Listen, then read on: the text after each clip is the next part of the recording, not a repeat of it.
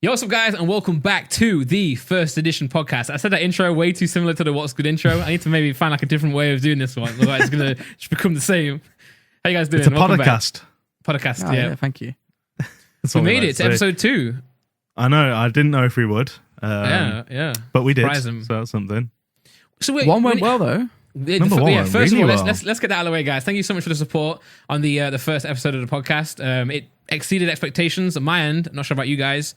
Oh, yeah. Definitely smashed our 100%, expectations. 100%. We was expecting like 300 views and, you know. Well, one of the clips got that, but that's fine. That's a different story.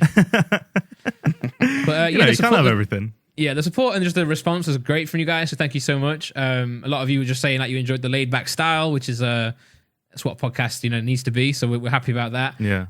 We're probably going to address real quick like how we're going to release these, because we didn't really mention it in the first one. That's just because we weren't sure when it was going to go live. But we film these on Wednesdays, which is Wednesday right now, and I guess we posted last week on a Friday, right? Yeah. Are we going to do that every week? We could do. Or do you know what do you know? It makes sense, right? Like one day to Gives edit. me a day to edit it. Yeah. Yeah, so. exactly. So yeah, we'll post on Fridays. Then every day there'll be a clip similar to What's Good, just copying the formula from over there. And then so Fridays for the main episode, and then every other day for the clip. We are now I'm happy to announce on Apple Podcasts and Spotify and a bunch of other different podcast sites like Podbean or whatever they are. Let us know if we're not on any platform that you listen to, and we'll get it on there. But main one, Spotify, Apple, we're now on there. So all you got to do is search First Edition Podcast. It'll pop up. Subscribe to it. Leave us a 5-star rating. Leave us a like on Spotify or a follow, whatever the metric is over there. There's going to be someone that's like, oh, I haven't got it on vinyl. Yeah. we got to print the episode. That would be sick, to be fair. I got to do some podcast merch one day or something like that. But baby steps, right? Print our first ever episode on vinyl. Yeah, literally. That would be pretty sick. Pretty cool. Oh yeah, that should be sick. I don't know why I laughed. I don't think it'll go platinum, but Oh no. Well, bro, just so you know that like a regular vinyl doesn't go platinum, right? Like you don't. You don't sell 1 million records and it just turns platinum. That would be sick, though. I thought that's what happened. I thought it was like a video game achievement unlocked. That'd be actually amazing. Like all these people who buy them, as soon as you reach it just like changes color and it's like shiny now. I got to admit, I've been drinking a bit of whiskey before this podcast and during it, which is a separate story, which we'll get into never. But it's not, it's just weird, isn't it? It's just. Are you a little bit drunk? Is that what you're saying? No, Well, I'm episode 2. I'm getting there. We're naming it. We get Randolph drunk. That's it. God damn it. Simple. We get those clicks, innit? That's how it works. So you're on whiskey, Connor's on some form of tea, Peppermint tea. and I'm on Danos. Yeah. So we got Tom's two a little bit drugged ill, up. but it's not the Rona, right? We're not worried about that. No, it's not. It's not. It's a dickhead. We're good. Yeah. What are you doing? Yeah, you do know we've run graded gem. If someone got Rhoda here, then we'd have to legit close. So Oh, not God, funny. it'd be heaven. Yeah. It'd be heaven. Yeah. Well, there we go. yeah. That's something to talk about first of all. How's it been? How's it been? I know actually this last week, but it was still early days since you opened. How's it been now? Yeah. Is it you kind of thought it was going to slow down after January or in January, but it hasn't, right? Nah, this is on track to be our biggest month ever. Again, breaking another record, breaking another graded gem all time. I'm not sure if we spoke about this in the podcast last week, but I remember saying to you guys when I was there, and there was one week where you guys did like the most cards ever, and you were like, "Oh, I This think was it's in gonna like slow down." August or something. Yeah, and then you guys were like, "It's going to slow down." I was like, "It's just not going to slow down." Like, No, that's him. He keeps saying it was going to slow down, and I keep going, "You ain't saw Facebook, bro. Yeah, you have not saw Facebook." that's probably what it is. Like, obviously, I'm seeing my comments, I'm seeing my Discord, Yeah. you're seeing Facebook. I guess Connor, I think Connor's living in a nice, hopeful world that it slows down a little bit. No, well, we've dealt with it better this month. That's Oh, for yeah, sure. for sure. Like, because in November we had to literally close everything off apart from submitting cards. Where you remember we basically ignored you for a month as well. Like we just shut everything down. Yeah. Just to get the job done. So to get the same volumes, we're doing better because we've still got time for first edition podcast. But lovely. I'm still hopeful. We've got the new office. We're going to get new staff. It's going to be all right. That comes super soon. That's a nice thing to talk about. The graded gem HQ. Yeah. We got a new place. It looks great. Like I've seen pictures that you showed me when I was last there. It's exactly the type of place that Laura and I are looking for. But the difference is, and the annoyance is that the prices near you guys versus the prices where I'm at right now is obscene. Obviously, London's where I'm at, so We've told you, man. Come move in and. How much is Yeah. that in London? How much is that in London? Do you reckon? Like if you $1 same million sort a because it's a month. big space. Yeah, I don't know exactly how big it is. We have to like have a look properly later and then see. But Huge, I know some of the places Laura and I are looking at now is just crazy. But we're looking to do this similar thing. It's a shame. Even Laura said, man, if we were closer to you guys or you were closer to us, we could just combine and just have a big ass office. Well, you can move up here. There's loads of houses for sale. You know, it's just you got some boys down there. I heard. So I think you know some people. Yeah. No guy or two.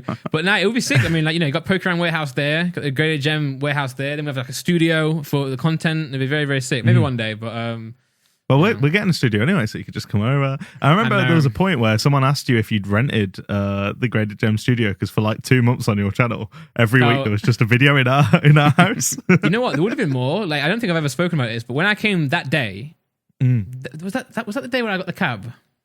Yeah, it was when you got a cab from London. When you kept talking about getting a train, and then you was like, "I'm getting a taxi," and then you was like, "I'll get a train back," and then you didn't get a train back. Yeah, I guess this is the place to talk about these things, right? So what happened was, obviously, I was going to go to this whole story was crazy. So I remember I was opening a box of Darkness of Blaze. That's when the set first came out, and I remember I pulled the Charizard VMAX, but I got, obviously because I was now working with Poker and I got it a little bit not working with because I own Poker now. I get some wholesale stuff. You own it. I was opening it quite early. I was like, I might be one of the first people to get this Charizard card. So I messaged you guys. I was like, can I send this to you straight away to get sent maybe early?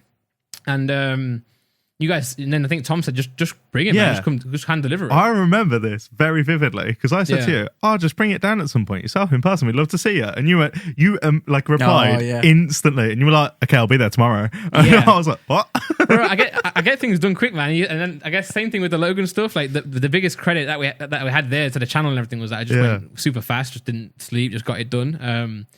I was like, make it clear to guys though, this wasn't like midday you originally messaged. This was at like 11 p.m. and then he was like, "I'll be there tomorrow at like 11 a.m." And I was like, "Okay, I got like 12 hours to prepare for that." Yep. So I booked a cab. I booked a train at like 8 a.m. or something like that. Got up at like 6, 7 to prepare the cards again. And I was in my room. I was like, if I'm coming to you guys, I might as well bring more cards. So I had like some submissions that I was ready. Graded. Well, I mean, Grade Fit wasn't there then. I don't think. Maybe it was actually. Yeah, you had great fits. We might have had great fits. You didn't. Yeah. Got you. Okay, yeah. So got them all sleeved up, got them all ready, and then brought those. But then I was like, you know what? I've got other cards. Remember that collection I bought off my brother? I had like collections there. So I was like, you know what? Let me just bring everything I had. So I was literally scrapping around my room, just picking cards up left, right, and center, and just shoving them into my bag. And I was like, I'll just leave them up there, or I'll semi-rigid them there and organize them there. I was just grabbing everything, and my backpack was so heavy. And I was like, you know what? I've got like tens of thousands of pounds worth of cards in my backpack. I don't really want to get like a train, because the train to where you guys are is not like a regular train. It's like not like a cross country. It's more like a underground style train.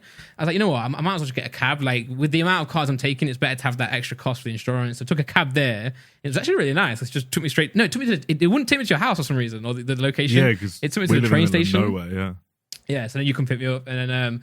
I didn't plan to stay. I didn't plan to do anything. I said to myself, maybe I'll get a hotel, right? I might get a hotel if I'm there late, but I'll just get a train back. Ended up staying there for a while. Ended up not being able to get the last train. Ended up staying at your place. I had no change of clothes, and it was the hottest day ever, so it was stinking, man. I had to like have a shower and put my sweaty clothes back on again. And long story short, well, it's a long story anyway, but we ended up filming the day before and the day after. But it turns out I didn't post barely any of those videos. So there was no point. I just wasted your time and my own time.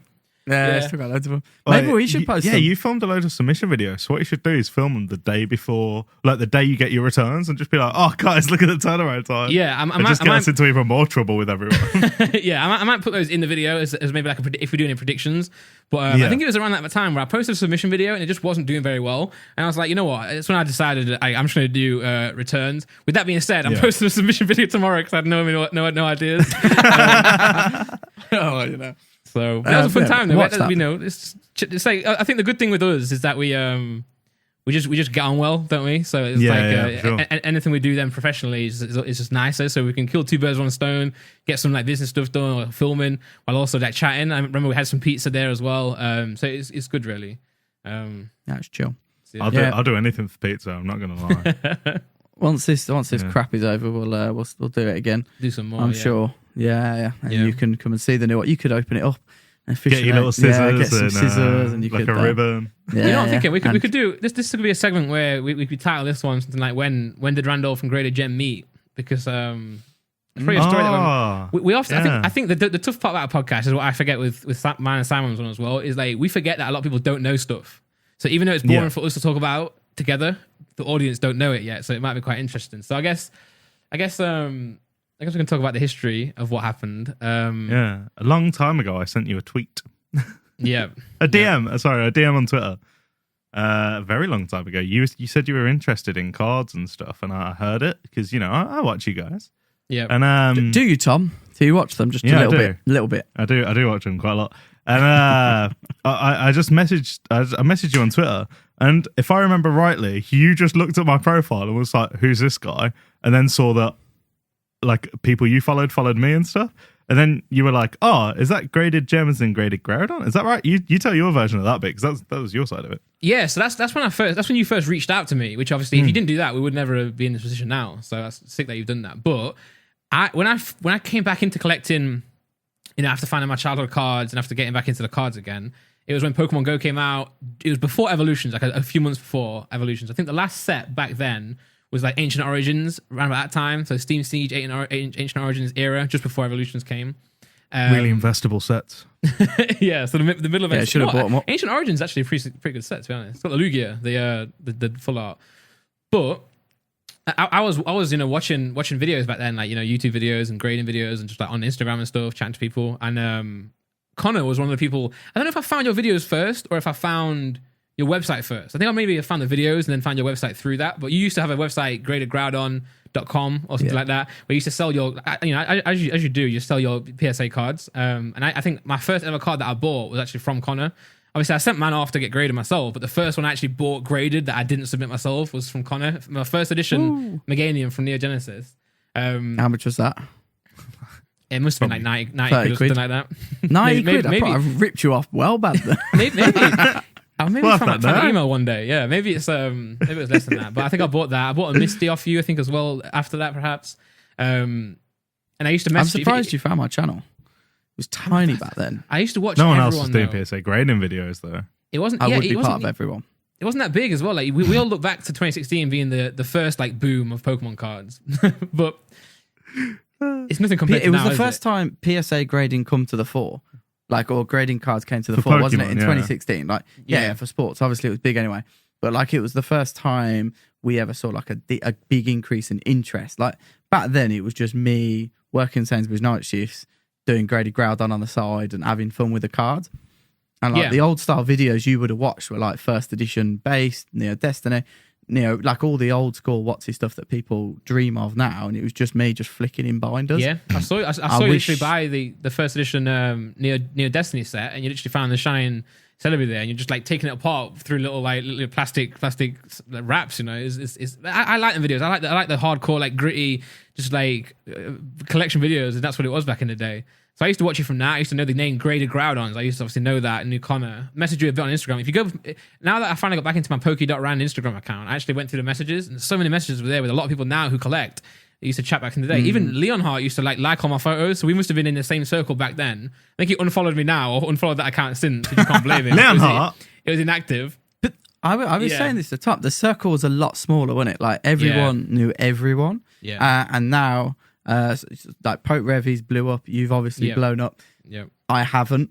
But like other people in that, you've blown up, bro. Yeah, I've blown up. No, but like people who were back then, the original OGs. I guess you've got Scott and Gary who were even before that. Yeah, but there's a whole group of like influencers there who've now grown again due to this massive boom. Yeah, it's cool looking back at some of those names, really. Yeah, it's just a funny thing where it's like back then you never really understood. Like this is going to sound odd, but to me back then versus now, it doesn't feel different. I know it's different. Like I know it's changed, and I can see it changing. But in my head, it's like back then I always thought it was this big, which shows you. I think when people are looking at buying cards or investing in cards or whatever that may be, or even just collecting and understanding how big the hobby is, back then I thought it was huge. But it was I knew a lot about it. Just doesn't mean everyone else knows a lot. Yeah. So it's just interesting. If I knew that it wasn't very big and it was a small thing, then I would have gone and bought everything under the sun. That's what listening to PokeRev chat with Pokemon Radar on his podcast. One thing I learned then is that PokeRev was very aware of the size of the hobby back then. He's looking at what can I do with these boxes, grading, etc. Whereas me, I was just there like first edition Charizard is so expensive, man. That's ridiculous. Whereas like now, I'm saying the same thing, but it's obviously changed a little bit. A little bit. Yeah. Well, he went out and bought, like, I can't speak on his behalf, but I remember back then he just bought crap loads of booster boxes and he'd break them and just grade everything. Like, that's what he used to. So you know how I did it with binders? He did it properly. He did it with booster boxes. Yeah, that's what he said. He said he used to buy every single day, right? And every night he just used to open packs and grade them.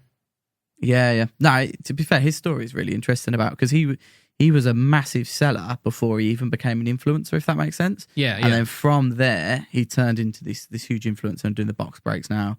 He is actually responsible for a good number of those primes back there. I bought one prime off him, and he collected them for me in the US and then shipped them over. That's sick. So he's a really sound guy. Yeah, with that being said, guys, we need to make sure you guys let us know in the comments who you want to get on the podcast as a guest. Obviously, we've started these first couple episodes with just us, but we do intend to get guests on there. So, PokeRev or any other names you want to get on the podcast, suggest them to us down below, and we'll go and see if they want to come on. I'm sure they will be down for it. Me and PokeRev for a while, even before this whole Logan Paul thing, and then the whole recent hype, spoke about doing some content together. We just couldn't figure out what. So maybe a podcast is a great way to just break the ice and just get that done, because it's very easy. Just sit down and chat, and you get a lot of information from it, and the audience like hearing perspectives. So yeah, definitely let us know who you want to get, and we'll try and get as many people, big or small. It doesn't have to be the biggest guys, it doesn't have to be anyone specific, just anyone who can come on and talk Pokemon. We'll do that. But anyway, so good. I saw the graded gem thing, and then obviously years went by. I saw the graded Groudon, who kind of was. Years went by. I stayed quite up to date with Pokemon. I was buying the cards I needed. So after I sent my first initial batch off to PSA and got them back, I would then go and like fit in my collection. So I wouldn't say that I was watching YouTube. I wouldn't say that I was watching every set that came out. But I was still like buying first edition like Typhlosion, because that's what I needed for my set on eBay. I was still buying certain cards now and then and grading them, keeping them to grade-ish. But obviously I was on tour, so I wasn't really paying attention. I was doing a lot of things with albums and music. I wasn't really paying much attention to Pokemon. Yeah, and then obviously that I got to a point where that got a bit frustrating to me. So I was like, I need something else to do. I need a hobby again. So then I came back to Pokemon. That's when I started my channel. And then I started getting some cards, those cards that I've been buying over the last few years to then grade. I mentioned it in a video. And then I think originally I was saying that I was going to go and submit them to someone else. And then and I was like, no, you're not. Yeah, you messaged like, the thing is, you should have been. I guess you wouldn't have known that I knew Connor, right? Or knew you guys originally. Yeah. You wouldn't have known that, because even then, Connor wouldn't have probably put two and two together. I didn't know you. I didn't know you were you. So you showed me that email. Do you remember when you first got back in? I didn't. When I wrote that email, I was just writing you an email. Yeah. I wasn't writing Randolph an email. So there was no special treatment there. Sorry to say. I suppose it's because at that time though, in that scene, there wasn't anyone who was big. Like, no one even knew I was interested in Pokemon regardless. Not even. Yeah. I know. I was away from the cards, but I was always massive into Pokemon. Like this, my Pokemon Instagram was been made like way back in the day. I wanted to make a Pokemon channel way back in the day. I just didn't do it because I thought I would get laughed at when I'm trying to do all this serious music stuff. So the interest was always there. I'm a rapper, Pokemon. Yeah, I just never let anyone know that. So there's no reason. I mean, I emailed you on my personal account. There's no word of Randolph or anything. So you would never ever put two and two together. But when I was reading Tom's message, and I saw a graded gem, and I was like, you know what? That rings a bell, I swear. So I clicked onto it, and then I kind of did some flicking through, and I was like, oh, that's Connor, man. That's graded Groudon changed into... Because your Instagram was still graded Groudon, right? So I must have found through that. That's my as soon as I saw that, I was like, oh, yeah, I'm definitely down to like get involved. And then we actually met first and foremost, didn't we, at the Pokemon Center. That's when we first when you cut into line. When you absolutely crashed the Pokemon Center line, is what you're saying. Bro, we can't talk about this now. No, you did. You can't talk about it. There's no way of escaping this part of the story. We got there and we was like in the first bit of the queue. And then you arrive like an hour later and you just go to them all, oh yeah, I'm filming, let me through because I want to film the queue for my YouTube channel. And then you just come and stand with us. Were you like legit, can I ask this question? Were you just filming the queue waiting for someone to go, oh look, it's Randolph, and then you were just going to join them? No, bro. It's okay. So yeah, I have to be honest, guys. Like I don't know. I did cut in line in the Pokemon Center on the first day. It's very, very bad. But what happened was, right, me and Laura, we were late, okay? So we were coming from the London Underground. It was so delayed. You live in London. We don't live in London. We still got there. Yeah. Anyway, so I couldn't find it, man. I've never been to Westfield before. I couldn't find where it was. So we were walking left, walking right. And at this time, we just saw hundreds of people like getting there. So we got to the front of the queue where the shop was. So we weren't walking to where the line was because I don't know where that was. We were walking to where the shop was. So we got to the shop and it was just like massive queue. And I swear to God, honestly, I literally said to the guy, can I just film? I wanted to see where the queue ended so I knew where to go. But I also was like, you know what, I'm vlogging. I want to get a good shot of how big the queue was. Natural, man. I want to get like a time lapse of how big the queue was. So I left Laura with the security guard and I went alone. That shows you how I was being honest, you know. And I walked and I was filming the queue and then I was looking through my camera and then next minute you guys are like, oi, like this, you know, waving me down. And I swear to God, I didn't know you guys were in that line. I didn't know you were there. But when you were there, you know, obviously, I did. Opportunity knocked. Yeah. I just came. No, I came and spoke to you guys for a little bit, and we were just chatting. And then, what am I going to do? Leave? I'm not going to leave the queue. I'm going to stay chatting. So, yeah, I did kind of push in line, but it was accidental, I promise. But it was helpful because we did get in. But no, it was a good day. I don't know if it counts as accidental when you text your wife going, "Oh, I'm in the queue. Come join me." Yeah, at that point, yeah, yeah, maybe not. But genuinely, though, like that was such a good day because we never met.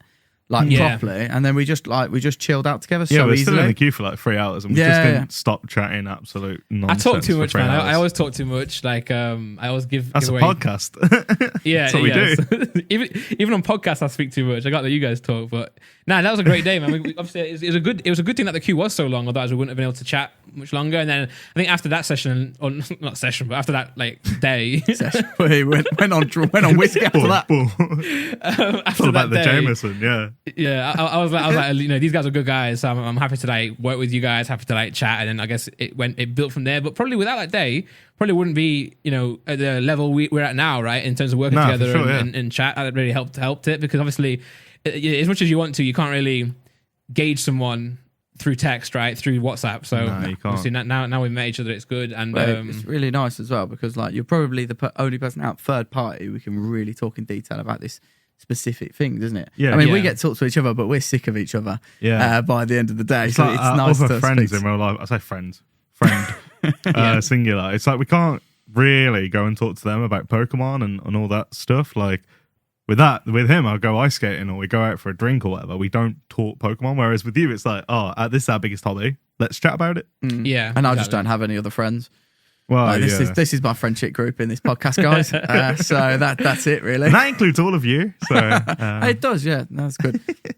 Yeah, so it's good, man. It's good that we did that, you know. And I guess that's the history in short, although it was quite long. But and then you've just become like a part-time rent holder at our studio, right? Yeah. If it weren't for COVID, you'd be here every month. I know it. True. It's a lot of fun being there. But then, yeah, I guess the thing when I'm there though, like I'm not working for you guys. I don't work with you. You guys got to get a lot of business on. So last time it was funny because I came like you kind of accounted me for being there, right? So you was like, okay, you know, whatever's going to go on, we've got this time with him. Or at least at night when staff go away. Where the next day staff are there in the morning, and it was so awkward for me because I was just sat there recording all these all these submissions, and the entire staff just there listening to me waffle on. I'm like, oh, snake, I can snake that, and then I got all the staff there just reacting to me, laughing at me. The best thing ever is Victoria because Victoria's she's not exactly into YouTube and that kind of thing. Yeah. And she just I just remember her going to you, oh, so you're a rapper then? Because she's quite. Posh is the word, isn't it, to describe Victoria? She's quite like proper. Yeah. And she's like, oh, so you're a rapper? And that for me just killed me off. Then we showed her some of your music and she's like, oh, it's really good. Going Clear, banging song. But wasn't that her first day? It was close. It might have been that first set, but there was one day where I came, and it was like one of her first days, and it was very awkward because you were like, helping her and talking about the business, and I'm there like, yo, what's up, guys? Like, she was thinking, what have I signed myself up for? Yeah, because it was just the four of us. At that time, it was just the four of us. Yeah, that was a funny day. Like, the team's expanded, obviously, since then. But it's that was good fun, though. Yeah, Victoria, she just kind of goes with it, doesn't she? Rolls with it. But yeah, you just doing your videos in here, she must have just been like, what is going on? Well, we didn't even have a curtain or anything. I don't think we had a separation. So it's just like you could see the team. Yep. And they're just like, what? I would have loved it if me and Tom left and you just started giving a team meeting. Like, you just like you were like, right guys, what's going on? Yeah. Oh, the worst part is that I messed up the audio, didn't I? I wasn't recording the audio, so I had to do one video and then do the same video again, and that's awkward with yourself, let alone them like hearing Yeah. me again do the same things, react to the same way. You know, it's just so annoying. But nah, it's exciting. I think we've got a lot of things like planned as well. Like as we go forward in these times, we probably would have done much more stuff if not for the actual like hype that Pokemon surrounded itself in. Because obviously you guys are busy as anything, sending all these 5 million cards off, and then obviously our store as well was going crazy, and we were trying to react to that as well. So it's kind of like not much we could do other than put our own fires out. Luckily for me, my own fire got put out for the fact that I just can't get any more stock compared to the demand that I've got. You know, which is yeah. Well, when we move to the new office and we got some more team members, like we'll be back on action, won't we? Like, because at the moment we're having to do jobs which necessarily we wouldn't, you know, we don't really need to do all the time. Yeah. So we should be able to do more stuff in the future. And we obviously speak outside of this. First Edition podcast though, keep this going. Yeah. For like, you know, 3 months and who knows where we'll be. This is what the year of not COVID, not 2020. This is what it brings. It brings the First Edition podcast. And that's good. That's a good start. January started off well for people. Yeah. I think we would have filmed this a lot earlier. But the issue, I didn't get the layout made. Like, I was like, oh, let's do this. And you guys were like, should we start yet? And I was like, bro, it's because I was doing so much. You guys were sorting the cards out. I was doing the videos. Like, cause you guys know who watched this, that Laura was my editor for a long time. She's not anymore because she's too busy with the store. But there was a period where she was busy with the store because that was blowing up. And I was busy with the videos, and we were like, what we're doing. So I ended up just staying up editing, like if all night. So I just edit all night and then get up and then film again. And then some days Laura would have to do the same thing. So it was horrible. So we got a new editor now, David. He's killing it. Very, very sick. Yeah, I guess same thing for you guys, right? Just hiring new people, expanding, just to try and get more time to, you know, build the company and also focus on other things as well, you know? Yeah, and do this sort of stuff. Like, I think it was a big shame in December that we couldn't get videos out because you lose your identity, don't you? Yeah, we didn't have TCT, we didn't have the Takeover Thursdays, and like that stuff kind of, I don't know how to put it to a lot of people. Obviously, this is like still a job. I mean, it's not really a job, but it's a job. So it's like, it's still our escape. People sometimes on the streams and stuff, they'll be like, oh, this question. We're like, yo, this is our escape. This is what we're doing for fun. Like, we're having an hour off, chill, that kind of thing. Yeah. But we didn't even get to do that in December. Like, people think that we had like 2-3 weeks off or whatever it was in December. We didn't. We were working every day. Yeah. So we didn't get to make any content. And to be fair, Connor didn't start off enjoying the like high content stuff as much, but I think you enjoy it a lot more now, like the TCTs and the... Yeah. I didn't. I think I'm not really a YouTube person. Anyway. Presenter. I'm not. If you've seen my old videos, if you go oldest first, I'm literally just chatting Pokemon. I'm not really interested in the whole like these mics and the lights and this fancy camera. Like, it was just me chatting Pokemon. If you're interested in that, subscribe. If you weren't, then I don't care. Like, Whereas obviously now about to like massage the YouTuber into you. And get more confidence as well. Yeah, it's not easy. It's so hard. Like, we see when we bring guests on sometimes, for the first like 10 minutes, it's all just about speaking to the camera and getting used to it, and then we'll start recording.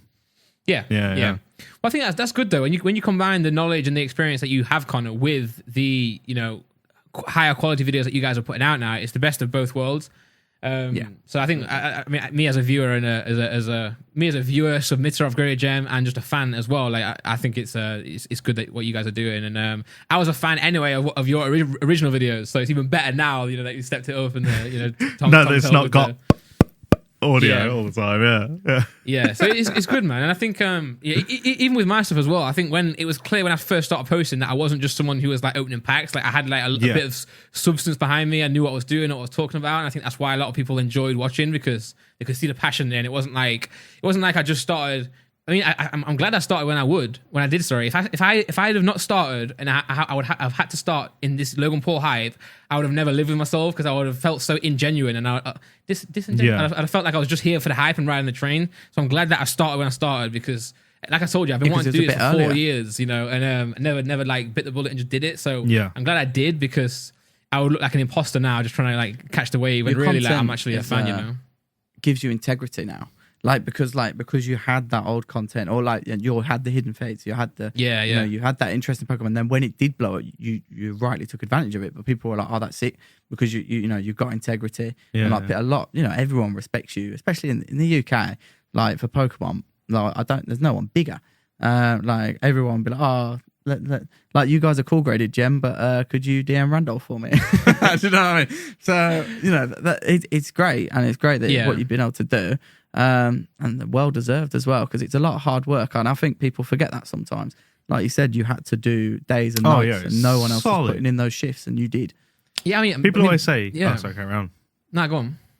People always say that like YouTubers don't like work hard, but I mean, you know it better than anyone. And like, I've obviously got a lot of friends that are YouTubers too. You guys don't sleep. Well, no, it's not even like me compared to the Sidemen. They work immense amounts, especially like, you know, especially those who post like every day. You know, I'm not trying to, you know, single some out and ignore others, but, you know, like Simon, Josh, Vic, you know, who post every single day, you know, on gaming, on vlogs, on, you know, all sides of things. Vic used to do like 9 videos a day, didn't he, at one point? Yeah, I mean, I think Vic did like 7,000 videos in a row, or like, sorry, I think he did like 7 years of posting every single day in a row and never missed a day. I think it's healthier now that he takes breaks here and there and it allows himself to miss a day, but. And you know, I know Toby, Ethan as well. Harry's been posting a lot on his second channel recently, but I think consistently, I think even themselves will admit, like Josh, Simon, Vic were different animals for a long time. And you know, I know a lot of people edit their own stuff as well. I know a lot of the bigger YouTubers edit their own stuff because they just don't trust other people to have their style right. And I'm like, you gotta be some kind of madman to do that full time. Oh yeah, there's no way. You don't have time. Yeah, especially now. They've got like time come from? It's like, you know, say it's like minimum to games, minimum to clips. Then you've got like what's good. Then you've got flipping Sidemen reacts, more Sidemen, all this sort of stuff. It's just crazy. So you got to hire people. You got to have different editors. And I'm sure that the audience obviously benefit, and they're thankful for that because they get to watch more content at the end of the day. We've got the joke that we're your Sidemen as well, so I mean that works, right? Yeah, we do. Yeah, I saw someone on your comment on your video of the Sidemen returns that you did, or the submissions that you did.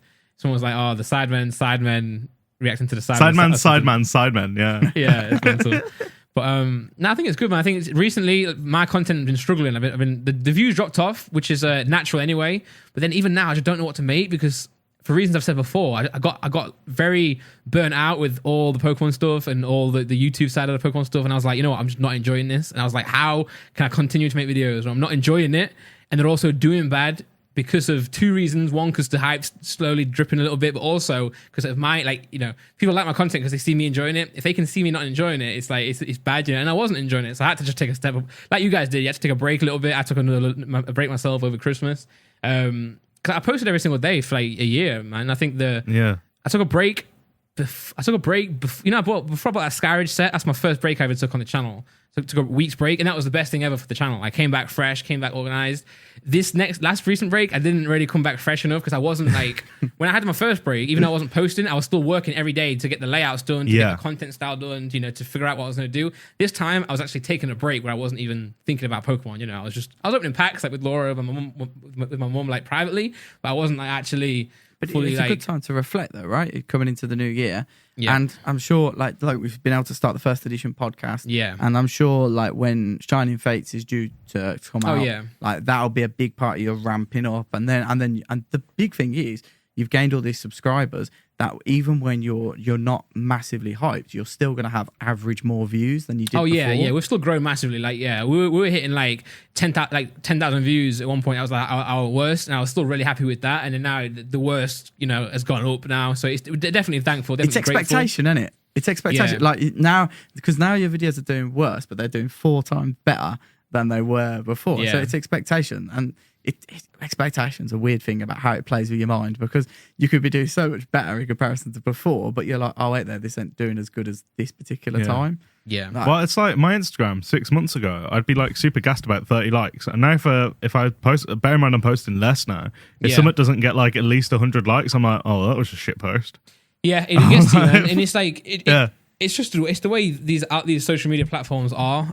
Especially YouTube's the worst one, because if you have a bad video, it literally tells you like 10 out of 10 red arrows, 5,000% negative, and it's like, bro, can you not do that? I wish you could. I wish you could have a setting to turn it off. Someone needs to make a Chrome extension where they literally like change that for you. Like, I don't want to see red arrows, man. Like, I want to see just like green. Like, even if it says #1 video, you go, oh, so you're saying my last videos were shit? Yeah. No, that's fair. When you get that 1 out of 10, it makes your day so much better. Like when I get a 1 out of 10, I'm like, oh, planning all my videos, and I get a 10 out of 10, I'm like, whoa, where's the cheeseburger at, man? I'm hungry. We should do that today. I was like, you know what, I'm having a Nando's after it flopped, but Well, you had the first edition podcast to film, so I don't blame you. Oh yeah, to be fair, do you know, like I had Domino's before. Have we got sick. any topics to discuss? We do have Pokemon topics. We do have do. Pokemon topics. Come on, because we've got no clips otherwise. I mean, no, you know, I reckon we we've got do. some good clips out of there. Yeah. You know? you reckon? Yeah, I think they're the better ones as well. Harry Randolph and Graded Gem, man. You reckon they were better? Yeah, 100%. Yeah. To be fair, it's natural as well, free flowing. It's like, well, you should know the rapper. You should know all about natural free flowing. It was so free flowing that you've now ruined the podcast because we're now going to go on topics and talk about robots. Me more. Yes, but I have opinions that need to be shared, and I must share these opinions. I do waffle so much that I just. We should just sit perfectly still for the rest of the podcast and just talk and just pretend. Oh, come on, man! I'm saying let's keep the natural free flow. Just like What have we got? What's, Come on, what's our first Pokemon topic? Well, I think the biggest Pokemon news Master. this week that I've seen at least is that Logan Paul has hinted that he's. Well, so what happened is that the record got broken once more, right? Of the first edition base set booster box. Like even though certain cards are dropping, you know, and certain artificially hyped cards are starting to drop in price, the good ones, I don't say good ones because that's subjective, but the trio. Yeah, the first edition base, Charizard. and the cards that are rare are still staying. Yeah, Charizard is still staying up. First edition base still staying up, and we saw a sale of I think $408,000 or $409,000 with prize premium at Heritage Auctions, which is the same place that Logan bought his first one from. And he replied to that, right? He retweeted it, put it on his Instagram, put it on Twitter, saying that this is X amount of money more than mine, which it was, right? Was it? It's gone. I think he said he's gone more than double what I paid. Looking forward to my next box break or something like that. Yeah, so he's hinting at that he's going to do. It was sounding as if he's going to do one even better, right? Yeah. Well, he can't go better than base set first edition. So is he just going to do base set first edition again? If he does, I swear, I hope we don't buy another pack. We're not buying one at 25k. You can sod that right off. Well, can I just say first and foremost that 11k was a good price now, isn't it? How crazy is that? Maybe not for us, but overall, yes. Yeah, definitely. Our pack was not worth 11k. Before you know what you got, I think 11k now is like still looking like not that bad, but well, it's still made like 150k profit. On Do you that remember box. those Logan Paul packs? Do you remember the pack that Randolph got? Do Yeah. you remember the cards he pulled? Yeah. Oh, I remember those too. Yeah, guys, so listen. So for those who are watching right now, Graded Gem have got my returns and they're on the way to me. But obviously, I don't want to know what they are because I'm trying to react to it, and they always keep dropping these hints like, "Oh, you must really like PSA 9s," you know. It's so like, And I'm trying to not talk to apologising. them. Yeah. So yeah, in those returns, we've got Logan's. I say they're not Logan's, they're mine now. They're yours, mate. Yeah, they've come back now, so we're gonna check them out. This clip is now called Randolph calls Logan Paul a bitch. yeah, legit. But, so I think the way Logan or someone like Logan, and when I say someone like Logan, I mean someone other than like PokeRev, Randolph, Leon Hart. Leon Hart's doing big things as well. Someone outside, the way he's going to go bigger and better is with the content side, right? Like he's probably just going to make the content different. He's going to make the price different. The way he does it differently. It's just going to be more extravagant, more entertaining. First edition box break on the moon. The thing is, he had that, like, I would say Pokemon Week, which led into the base set first edition box break, Yeah. And that was like an event. I wonder whether he could do a whole month of the Watsy Booster Box first edition, because he's not going to do any of the other stuff. I mean, EX Sandstorm box break on Logan Paul's channel probably ain't going to do it. No, I tell you what, though.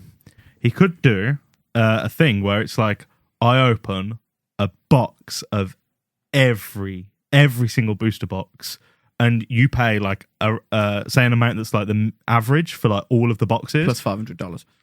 Yeah, but like say it's like, I don't know, $3,000 or something, but you could get a base set first edition back, or you could get a Darkness Ablaze pack.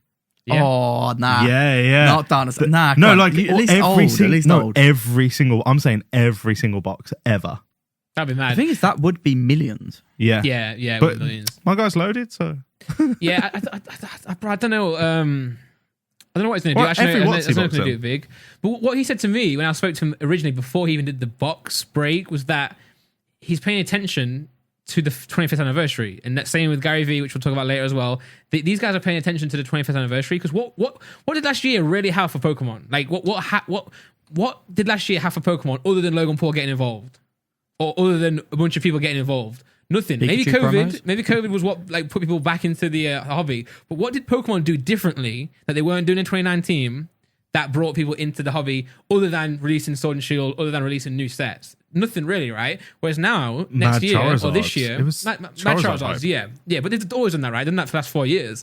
The difference this year is that they've got an entire 25th anniversary going on, where they're literally spending millions to promote themselves and celebrate themselves. So now, that's naturally gonna, bring people into the hobby on its own, because we saw this back in the 20th anniversary with the evolutions and everything. That's what they did for themselves, as well as Pokemon Go. But 2020, nothing really happened for Pokemon other than the market created the hype, right? The market created the hype. The hype was, so it was growing anyway due to COVID, and then Logan picked it off the tree and blew it up into this massive thing. But yeah, the market created the hype. So now Pokemon, for what they want to do, is make sure the hype is now the consistent trend. That Pokemon card, we spoke a little bit about this on TCT, that Pokemon and trading card grading, included in that, is now an investable product. It's now something that people will buy to keep wealth, because if you do that with anything, then you're always going to have a market for it. Yeah. And it's more interesting than BT shirts, was our conclusion. Yeah. In our video. If you watch that video, I just keep talking about BT for some reason. Big Tom in it. But yeah, I don't know why. But yeah, it's gonna keep going now, and we're in like new waters, and like you say, Pokemon are now celebrating themselves. I mean, last year it would have been a surprise for Pokemon. I guess that's my main point, right? It's like, or what we're all saying is that they probably weren't aware what was going to happen to the market. Whereas 25th anniversary, they're in the driver's seat, so they can prepare. One of the issues that I can't get stock, one of the issues that many other stores can't get stock, is because they didn't print enough. Because it takes time to print, right? You have to think months ahead. We saw that with the stolen Shining Fates Charizard. They had that like 6 months ago. So how can they ramp up the printing of something that they've already printed when they're already on the next thing that they're printing? So it takes them time to catch up during COVID as well. Like how can you go and print out X amount millions more worth of cards when no one's working at your factory? It's impossible. Even if it's all done at machines, you need engineers to make new machines and set up new machines. Like everything requires people. Yeah, people are still it's there not in the robots factory. making robots. Yeah, but the other note which to have maybe on one that day will is people are just buying up to supply anyway. Yeah, so people, it wouldn't really matter how many they create, because as long as scalpers and let's say some big stores just buy up all the supply, it doesn't actually matter what the real supply is, because it's only in the hands of 100 or less people. Imagine if we found out Logan's actually just bought like a massive warehouse, and that's what he's actually done. He's just been buying all of the stock. That's why America gets it all. And he's just got like, for the 25th anniversary, I'm just releasing all this stuff from my big ass warehouse of Pokemon. Well, he's smart, man, because he said on the podcast that he's not buying any more cards. He's done with Pokemon. He's not buying a single card. And then now, flash forward however many months later, he's saying that, oh no, wait till my Xbox break. So obviously it's clear. I said at the time he's not gone away from Pokemon. He's just not going to publicly say, because he messed up in a sense of like, he was buying some cards, then hyped it, but I don't think he was finished buying his cards yet. So he's going to try and figure out a way to make the price drop again. And let's be honest, he was one of the big reasons why these cards shot up. 100%. Him and that big bald moron. They just jumped the price up of everything. We should be on, which by the way, every card, I think, didn't he sold Logan a first edition Charizard PSA 9 for 25,000 is what they said in the video. Yeah. That card then went on to be like, I think Logan was selling it for like 70,000. Not sure if he sold it or not, but then that's what it was rumored to be worth. Now, I'm pretty sure on Heritage Auctions, one sold for 33,000 with buyer's premium, which without is 27,000. So like, yes, it was like X amount of money by Christmas. So that wasn't because of Guru. That was because of Logan. Like, talking about that card, actually, I do want to give a big shout out to one of our submitters. I'm just pulling up the photo now. So Harry and Pokey Chloe over on Instagram got this. If it's going to focus, a Mint 9 first edition Charizard back from PSA. They also got a Mint 9 Blastoise first edition and a near Mint 8 Venusaur. First edition, big 3, 2 Mint 9s. That's one on the Charizard. That is madness. Yeah, they smashed it. Shout out to them. Maybe we'll try and put the links in the description. Instagram link, yeah. Yeah, Instagram link. So go check them out. Probably won't remember. I had a look, man. They were insane, man. And it's like, it's the type of cards where like I just don't ever think I will own. Do you know what I'm saying? Yeah. It's like, I don't try and get them. I don't try. It's never gonna I'm never gonna fathom owning those cards. Or I can't fathom it. But Well, I congratulations think to I them. They messed now up because own I that. put them at the start of the Express Plus returns video, and I think I messed up because people are going to watch out and then like peace out of the video. Everyone else just Charizards. But yeah, it's so sick, so sick. Shout out to them. Yeah, that's what completely lost track. that's what we thought we were going to get when we both separately bought packs from Logan. I went to bed thinking, "Wow, what if I get the Charizard, man? It's PSA 9." Well, I was just I was hoping for it to either be really good, like a holo, or really, really bad, because like you got to live for the meme, right? If you're not going to get the win, Well, we did the second one. Well, you got what you asked for then. but I think I'm not happier because obviously, I mean, realistically, we're never going to sell those cards. They're all going to be framed and stuff. But I'm much happier that at least we got a laugh out of it, and everybody got a laugh out of it. Like the second that happened, we had so many messages just like going, "Oh my god, I feel so sorry for you guys. That's shit." Like, everyone found it hilarious. The fairy doll's a meme now for us. Yeah. Do you say laugh? Laugh, yes. Really? I thought you say laugh, being from where you guys are Laugh, from. mate. Oh, It's because he's becoming a middle class boy nowadays. I change it up. He's changed. Oxford's changed What's me. happened is he goes back to Birmingham. It's so funny. He goes back to Birmingham. He's like, "Oh, it's Bob. All right, how you doing? Yes, I'm all good. I am. Yes." And then he's up here and he's like, "Yes, could you get me a large chips, please, and a can of your best Sprite?" So he changes his accent and it's true. Well, it's totally true. I can't help it. I'm a voice actor. It's in my job.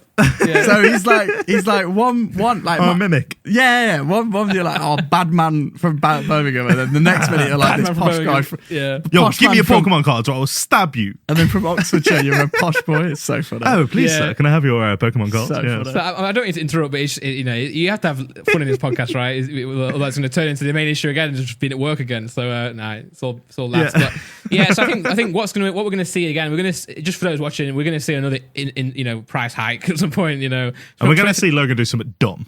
Like, Yeah, Logan's going to do something good, crazy. dumb. Yeah. And the difference is, though, is all those YouTubers who, and this is not hate, it's a credit to them, who started making content, who started opening packs, I guess Ali A, he's always been into Pokemon, by the way. It's not new for him, but he started posting more. Even Simon, Josh started posting more, All I can hear in my head is the Ali A theme tune.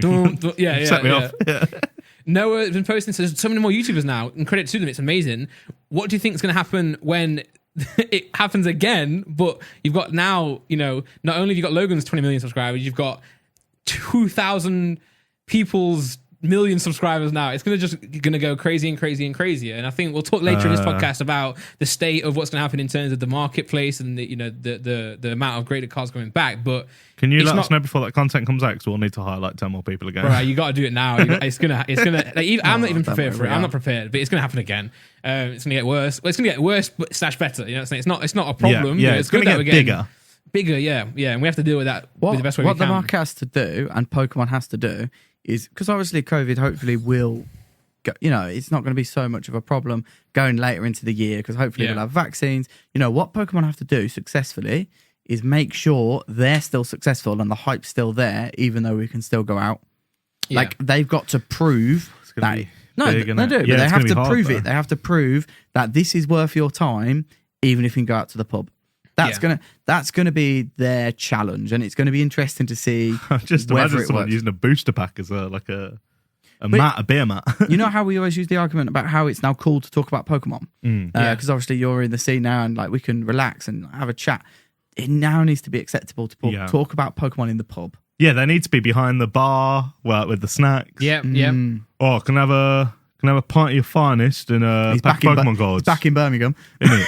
Yeah. Pack I your think Pokemon cards. he's getting there. Like the fact that you've got I mean, the fact that even I ended up making my channel, shows that I was less bothered about what people would say about me. And yes, that's obviously to do with me, but that's also to do with, the community, right? The hobby, the platform, right? It's getting more catered towards niches. You're more now, you're like, it's more acceptable to do what you like, If I do this, I'm not going to get thrown away by my music audience for doing Pokemon. You can combine the two. I'm learning that. So now Logan's done it. Logan doing it brings a lot of people, into the mindset that I had. Now if Logan's doing it, I can do it. It's cool now, man. And we're seeing it. We're seeing it on Facebook. We're seeing it on Twitter, Instagram. A lot more people are getting into Pokemon. You're starting to see it, in film, in media, and TV. So I think what you're saying there kind of is happening. I think it is getting like that. I think Pokemon is becoming cooler, more acceptable to talk about. I just hope they print more, man. I just hope they print more. That's all I can hope. There was that Facebook post of the German footballer showing off his base set unlimited German. Yeah, in the worst binder ever. In the worst binder ever. And there was Evolution's Mewtwo in there. I don't know if you noticed that. But like in the comments for that, my mom was replying to pretty much everyone if they were talking about grading their cards, going, make sure you grade with German. I was like, thanks, mom. Thanks for the program. Mom's always pushing us. Yeah. But it's just so weird. It's going to continue. We're having a little bit of a break, but I think we've got I can't go into like details of who, but we've got like a former NBA player. There's a rugby league player. Like all these people are submitting cards with us, and these are real celebrities. Yeah, but what is it about? It's weird. Rugby play. I mean, I hope you guys are watching this as well. But I've had messages from multiple rugby league players. Like what is it? I don't know what it is about rugby. They love Pokemon. It's weird. Well, everyone gets into rugby from uni, right? And I feel like uni is the home of Pokemon. Like everyone forgets, like plays it as a kid, forgets it in like senior school, and then goes to uni, and then they're like, here's my time to be a Pokemon nerd again. So I think that's what it is. I think that's why they're all getting together. They're little rugby societies. I noticed it. Like, at first, like I saw someone message me. I was like, "That's interesting. That is, rugby player." Like, another one. I was like, "What the fuck? What's going on?" Got the whole team in your DMs just in a group chat. The wasps are just like, "Oh, what's going on?" Yeah, I mean, if any Nottingham Forest players are like fans of Pokemon, like hit us up. They probably will be. They legit will be, because they're about the right age now, aren't they? Yeah. Like 23 to 27. Oh yeah. So and what do footballers, rugby players, have in common is they've got heaps of money. So they can buy dumb money. Yeah. The thing is, they can buy it, and not really care either. Like it just doesn't matter to them. I don't even know how much footballers want. How many booster boxes could they buy on a month's wage, like an average footballer? Well, none, because there's no supply. Well, but I mean, they're on about like 80 grand a week. So they could average. Buy like Watsy booster boxes like every week. This goes back to what I was saying before about like us not understanding where we were like 3-4 years ago, because we thought it was expensive, and it was at the time, but like not for people who have money. So I'm talking about the people like Steve Aoki who can just go and buy the first edition, the PSA 10 Gold Star in its entirety, like including the Charizard, including the Rayquaza, including the Torchic with only 60 in existence. Like not only can he find the people to sell that to him, but he can also buy, Oh, you're smiling. You got some returns. Didn't you like the Gold Star starters? No, I bloody well don't. One of those fun stories, yeah. One of the regret stories. Yeah, it's not a story I'll be sharing here either. Come on, that's what the podcast's all about. Okay. All right. So I had loads of Gold Stars previous, but I didn't like them very much.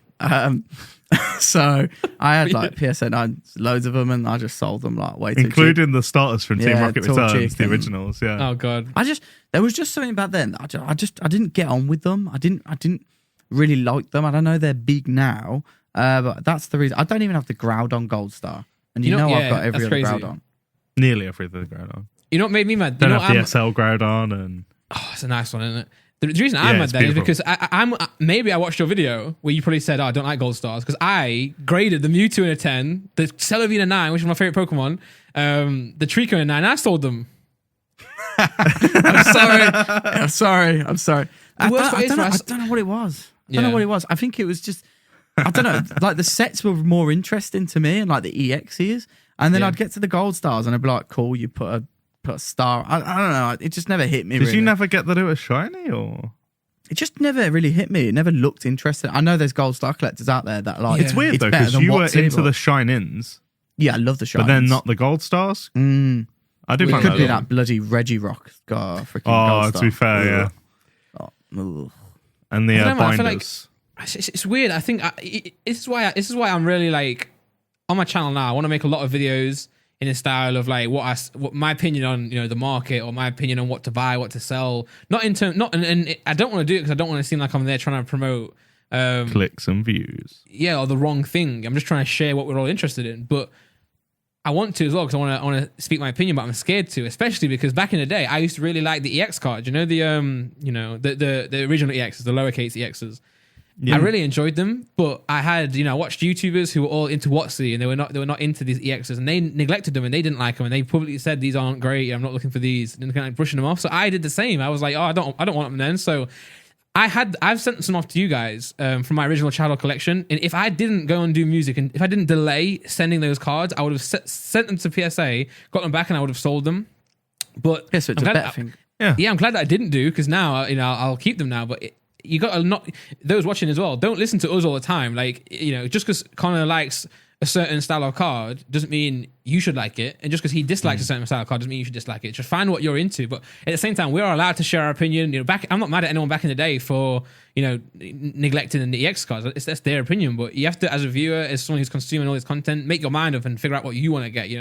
If you want the most popular cards, then go get them. If you want the least popular cards, go and get them. But make sure you look at the cards for yourself and think what you want, because otherwise you'll regret it, buying and selling. There's opportunities everywhere. Like, I think everyone's speaking about how prices have gone up big time. There's still opportunities. I was looking at some pops of the Dragon Frontiers hollows, just the normal hollows. Yeah. A lot of the populations of those cards, PSA 10, are under 20. And they don't sell for very much, like in comparison to the general market. Yeah, they will now. No, they won't. They didn't. I mean, now you've said it. Oh, no. Yeah, this isn't too big. It's not a lot. Plus, you'd have to get to this part of the video, so good luck with that. But like the booster box and the Charizard Gold Star make everything else in that set overlooked. Sometimes it's good to look for the stuff that is overlooked. So if you've got like a big card in there, like a Groudon, like look at the worst cards like the Kyogre, and maybe and go and collect those. That's what I would say. Or a Lugia. Like, go collect Ho-Ohs because they're just not liked as much. That's what you can do. Or if you like Pokemon, go and collect Digimon. So you can do those things. So what you guys are being told here is that I'm basically a genius. Yeah, maybe. Yeah, maybe. Yeah, sure. Maybe not. But when I was opening that Heart Gold Soul Silver box, I went and looked at the prices. Another video that flopped. I was like seeing the price of the cards I pulled. I should not say flopped. I'm still happy, but I was looking at the pops, and many were pop zero. Literally pop zero. And this is like an Espeon hollow. Like it was 8 Espeons in a 10, but a lot of the hollows, Togekiss, just 0 in a 10. And am I gonna get a 10? No, because there was a long time though with the WotC Master Race, weren't there? If it ain't WotC, don't grade it, bro. But if you like them, grade it.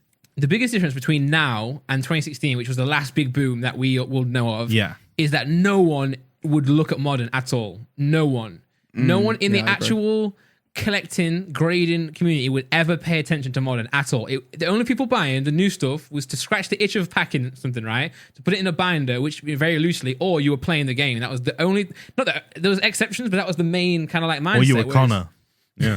yeah. Whereas now, that's why Connor was one of the biggest sellers though, because he had stuff to sell. Yeah, the modern stuff. Yeah.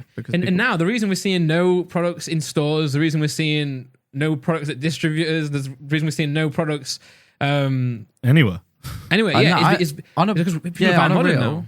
And they're great. With 2016, I have to totally agree with you. What happened was all this interest came into Pokemon and graded Pokemon cards, and the influence as at the time were like, look at WotC, because that's what they had. So they were like, oh yeah, well I collect WotC, obviously it's the best. So it didn't really matter how good Evolutions was or bad, or how good anything was. What the influencers were doing was using this traffic and channel, and they were moving it to WotC. Yep. So I have to totally agree with you on that point, man. It's very true.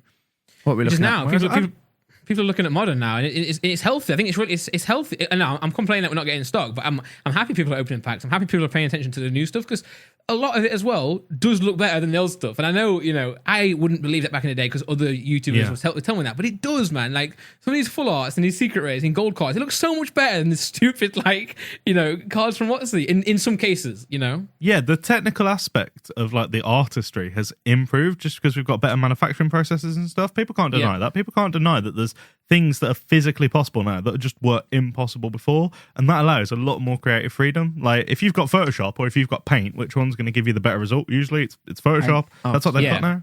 And yes, it's all about the rarity. It's about the nostalgia as well. When we're looking at these old cars, thinking like, "Wow, they did this in 1999." Yes, there's still.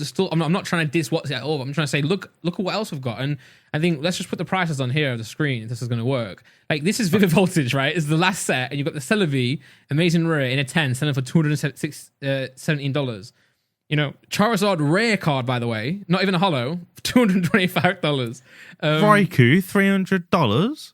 Yeah. Bro, these prices, these are PSA 9/10 prices of Gym Heroes first edition back in the day, 4 years ago. They just are. Like, they just are. And that shows you how much healthier the market is. Pikachu V Full Art was $600. Yep. My God, Rainbow Rare, $1,600 for the Rainbow Boy. Yeah, it's crazy. And like, obviously, this is brand new, right? These are the first cards that are starting to come back from PSA. However, the point still stands that this is modern, and people would laugh at you for grading modern back in the day. And then look now, it's the hype's growing. People are more interested in it. Champions Path. Actually dumb. Champions Path, very popular set. Very, we're talking about printing. This is probably one of the most printed, but even then, it was still under distributed. But not the best set. But then you look at what's this next one I got? Darkness Ablaze as well. Charizard V, non VMAX, Charizard Full Art VMAX. All these sales here. You've got the. But the big thing is, like, even like let's say the Houndsdon V in the UK, you can still sell that for £50 now. Back then, so if you had Evolutions and you got like a Mega Venusaur EX, you were looking at like 20-25 quid PSA 10 if you were lucky. So like that's for been a big 3-starter as well. Yeah. So you've got a massive jump in just interest. And I agree. I think it's healthy. It does provide opportunity as well at all scales, because it now means you have to balance the prices between WotC, EX era, Diamond and Pearl, Hot Gold, Soul Silver, and the modern stuff. And if you can find somewhere where, actually, I think this set, this card, this era is maybe a bit underpriced, maybe I'm going to go after them instead. No one's looking at them. So literally, use that information. I mean, I don't think none of us three sat here today would ever have understood what happened or would understand what was going to happen to Evolutions, right? Like, no. But look at these even now. Secret Rare Zamazenta 300, 160 Zacian. These are obviously not too accurate because it's just, anomalies happen on eBay and especially on Pokemon Price. But even still, Amani Full Art card, $220. Lapras Secret Rare, $145. These are just modern cards fresh out the gate. Even these, like, $50, blah, blah, blah. It's still like... For a more Pico. Yeah, brand new, 2020. Can I ask, what do you think? Do you think these are speculators sending the cards to PSA, getting back as quickly as possible and then selling it, and then that's another speculator buying it to then keep it? Or do you think this is these are collectors as well who just want to get the first lot of PSA 10s back and to have them as or their Pokemon? Who's buying these cards at, because they're at premiums immediately?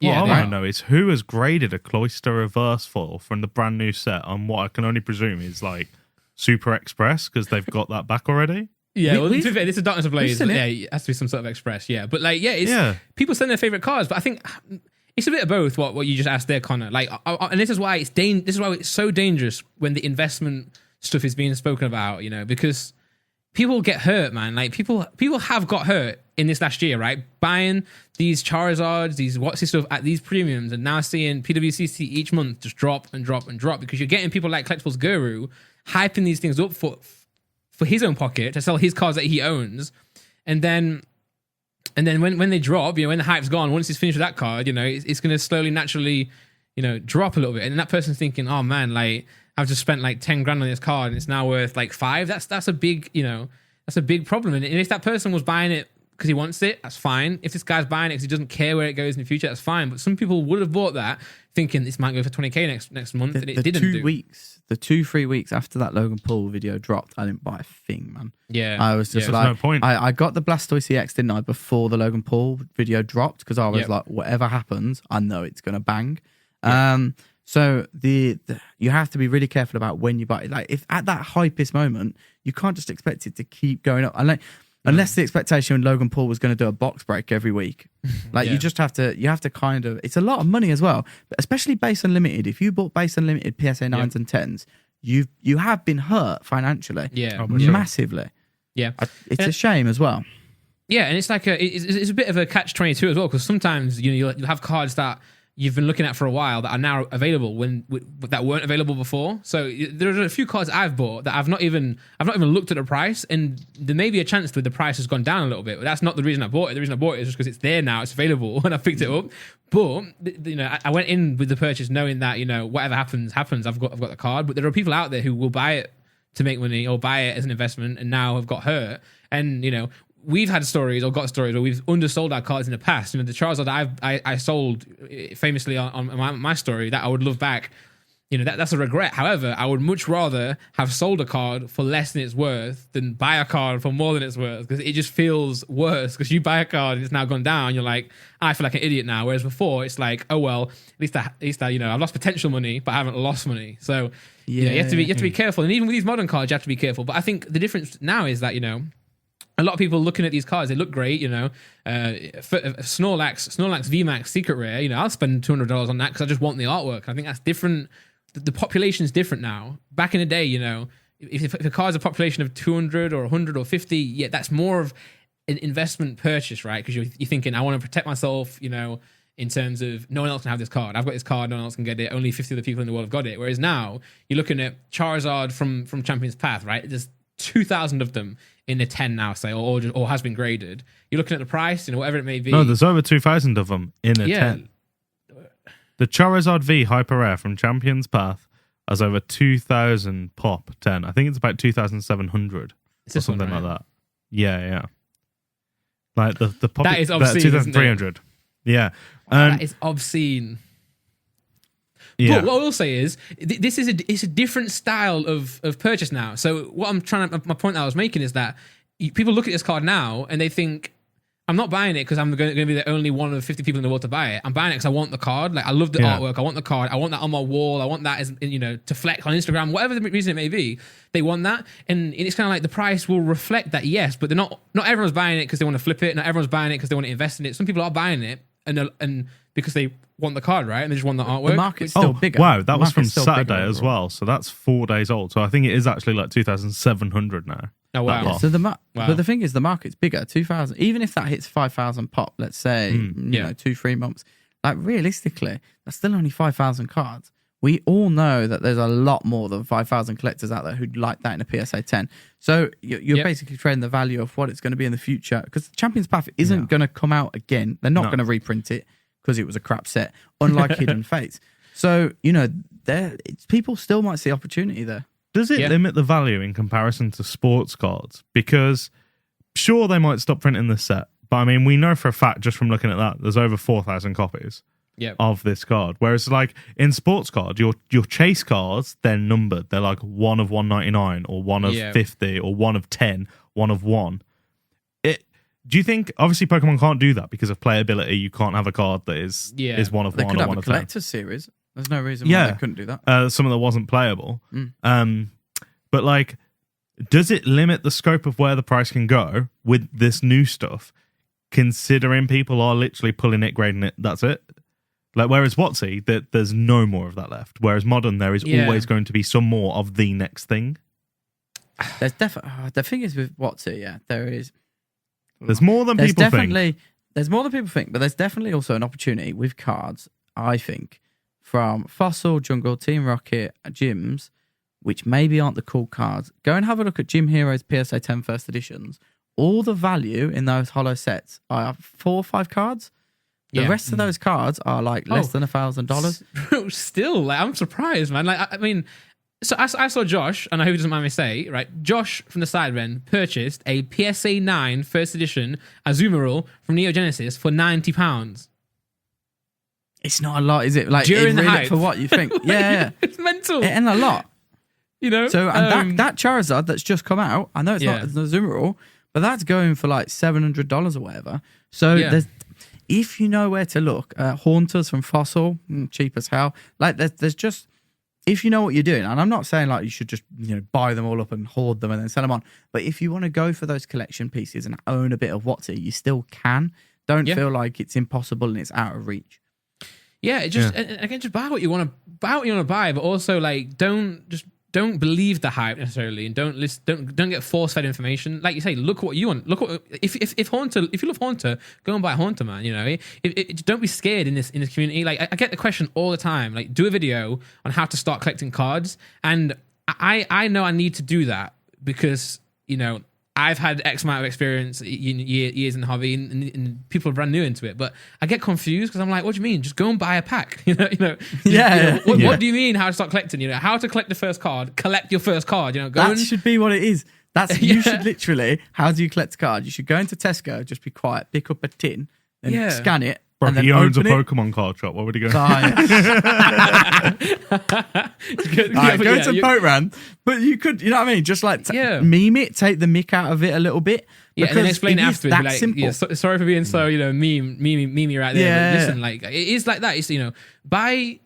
I mean, I know now it's hard to go and buy. You can't just go and buy, but still, eBay, Pokemon, we've still got a lot of singles on our store. Just go on there and scroll and look, see what you like, man. Like, literally, go here and be like, gallery, and just scroll through websites. And once you stand a card that you like, stop, Google it, find out what set it's from, find it on eBay, find it on Pokemon, find wherever you want to go, and then get the card. You don't have to listen to people, man. And that's why, like, I'm in such a weird place to create these videos, because I don't want to lie to people, which I won't do anyway. I'll always make sure I'm authentic, but I know that people will misunderstand, or people will take my word for gospel, and I don't want to be the one who tells people to go and do stuff, because I don't want to be told to go and do stuff. Don't believe our truth, because our truth is like completely ours. And exactly. It only means anything to us. Because Pokemon is so vast, it kind of means people want that point of like focus. Because that makes good content, right? That makes good talking topics. If you had if you had to scramble all the sets from Pokemon, which were hype and everything, and that you had to say everything was good, it wouldn't really make sense. So you do have to kind of focus into, like, we talk about sets a lot more, hidden fates, evolutions, and that's where the focus goes. But actually, it's because it is so vast, and that's why. Is it where like the hype when you goes. go into like a shop or something, and like like if you go into a corn shop and you're really hungry, and they've got loads and loads of options, and you go, I don't actually know what I want. There's too many options. Or Netflix, Netflix as well, right? Netflix is the worst for it, man. I don't think I've ever logged on to Netflix and not spent at least an hour trying to find something to watch for 20 minutes. Exactly, yeah. There's a word for it, right? There's a word, confirmation bias, or something like that. I don't know what it is. Some sort of phrase, but like it's just. But again, we don't know. Like we can only give our opinion. I don't know anything, man. Like I'm the owner of a Pokemon store, and I don't know what's going on. So Pokemon don't know what's going on. No one knows. Like no one can be this guru. What is this collectibles guru? What is that? What's your name, man? Like no one knows what's going on. We can only. If you're gonna claim to be a guru, don't ask the question: is there a Deoxys Gold Star? No, sorry, Rayquaza Gold Star in every EX Deoxys theme deck. Duh. You not know that? Yeah, man. Don't be silly. That guy stresses me out. No one's a guru. They've just got their perception. Yeah, my perspective is an opinion is different to Tom's, and it's different to yours as well. Because obviously I was collecting different time you did. So and that's why it makes the podcast so good as well, because we've got 3 very different opinions all the time. Yeah. Sure. So you don't jump on what I say. Don't jump on just what Tom says or Randolph. Like, pretend you're here with us and go, well, sod you all. I think this is better. Yeah. Sure, man. And if you do agree with one of us, that's fine. We're not saying you can't. It's just in the comments, agree with Connor. I want it. Like if you go into a shop and you see 5 different blister packs, they've all got a different promo. Go, I like that one the most, and buy that one. Yeah. And don't worry about what anyone else is doing. And then in the same, furthermore, if you want to then grade that card, don't be scared to grade. I remember, man, like at the time I was talking about 2016, I would not send cards to PSA because people were like laughing at it, or like I remember I sent a God of War to PSA to get like graded. It come back a 10. I was like, give it to my brother. That's a sick card. It looks sick, man. It looks really good. No one would want to buy that card. It wasn't worth any money, but it looks nice. So go and get your blister, like Tom just said. And if you like it, go and send it to Graded Gem, get it graded, and then cherish that card and that you own. And then as well, if you're on eBay or Pokemon and wherever you are, and you see a card that you like graded, look at the price tag, think to yourself, can I afford this? If not, don't buy it. If you can afford it, is it worth it to me? Then buy it. Is it worth it to me? Yeah, of course. Do your due diligence. Like, check: is it is Pokemon overselling the price? Is eBay overselling the price? Should I buy it right now? Is it the right time to buy it? Should I go and watch this person to see about the timing? Is there a new reprint coming out? Yeah, use all these channels to get that information, but don't not get it because someone else doesn't like it, and don't get it because you think someone else might like it. Just if you like it, buy it. If you can afford it, if you can't, then let it go and buy something else. It just honestly just make your own mind up, but. Be true to who you are and what you want to buy, man. That's the best way you can do it, really. Talking about people, talking about Pokemon cards. What are your thoughts on Gary V hyping up Pokemon again? Yeah, so Gary V and Logan Paul are the same thing, right? Like I think Logan got into Pokemon because of Gary V. He said on his on his first video. Gary Vee, obviously a big social media guru himself. He's got like a social media agency where he does advertising and stuff like that, and he's been always on this platform talking about what to do, advice, etc. He's got a show called Ask Gary Vee. He's big into sports. He's famously a fan of a big sports team, wants to try and own it one day, etc. So and famously, actually, what I'm missing out is he found his hustle, or he found whatever drives him personally from selling baseball cards when he was younger. So the same thing how we used to enjoy cards when we were kids, he had the same thing but for baseball. So naturally, now he's worth multi-million pounds or dollars, whatever he's got. He's going to want to go and buy the most expensive baseball cards, or he's going to go and get the graded cards because they're more money, they're worth more, blah blah blah. So he did that naturally. But you get to a point where you're collecting sports cards. You're looking at what's next. What can I get on next? I've missed the basketball train. I've missed the baseball train. What's next? He sees a lot of hype on on YouTube from Pokemon, Leon Hart. All these other people opening packs. And he's like, you know what? I'm gonna check into this. Ask these people in his office, these fans of Pokemon, people in their 20s, in their 30s, have memories of Pokemon, saying to Gary, yo, bro, you gotta get on this, man. It's going crazy. So then he looks into it, and what does he do? He wants to hype it up as well, right? Because it's a fine line as well between hyping it up because you want to sell it, like guru-esque, and then hyping it up because you just enjoy it. I guess, like, say I would do on my videos, like, oh, it's sick. Yeah. That's a scale, and not everyone's here, and not everyone's here. Like Gary Vee and Logan, for example, probably like in the middle or on a scale somewhere, But coincidentally, what happens is he hypes the market up, right? Because he's a little bit older, and he's seen the highs and lows of the sports card market. So he's actually probably got, Pokemon is different, obviously, but he's obviously got insight into how trading card market works, especially graded. And maybe he sees, maybe initially there was a big boom in sports cards and then it came down a little, but then it went, on another scale or another level. Yeah, maybe that's what he's seeing. He's saying, well, you might think that this is where the big point is, but actually, guys, these cards could turn to be tens of thousands of dollars. That Charizard might be a Mickey Mantle.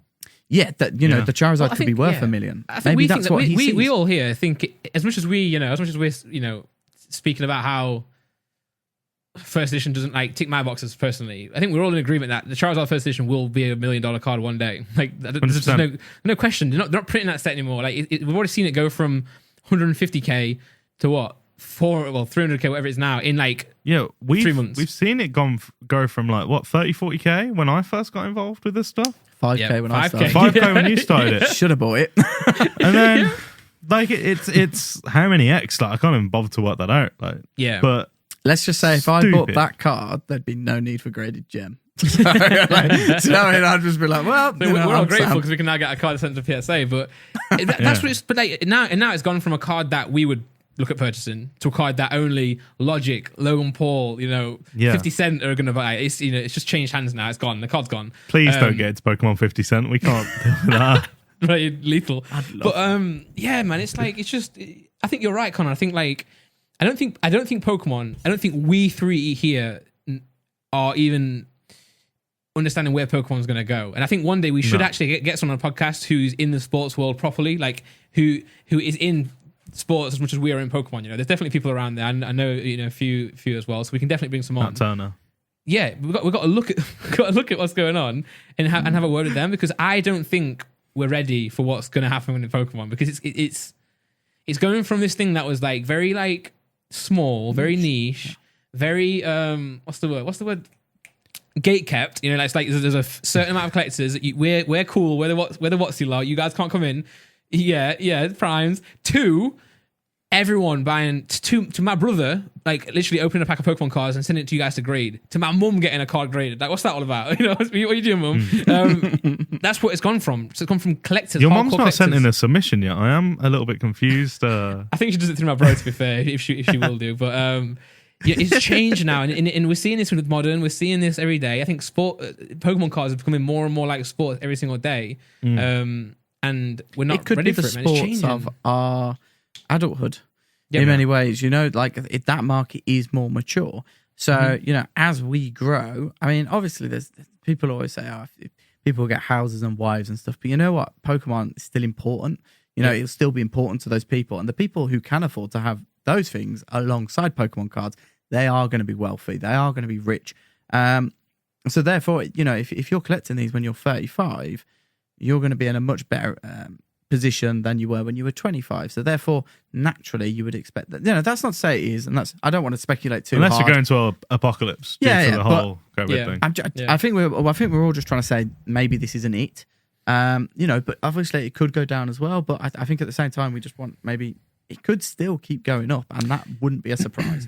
Yeah, and I think when I hear you say going up, and when even I say going up, I don't necessarily mean, or we're not necessarily saying the prices are going to continue to do this with every card. Every card is different. Every generation of cards is different, and it's Charizard First Edition is going to do this.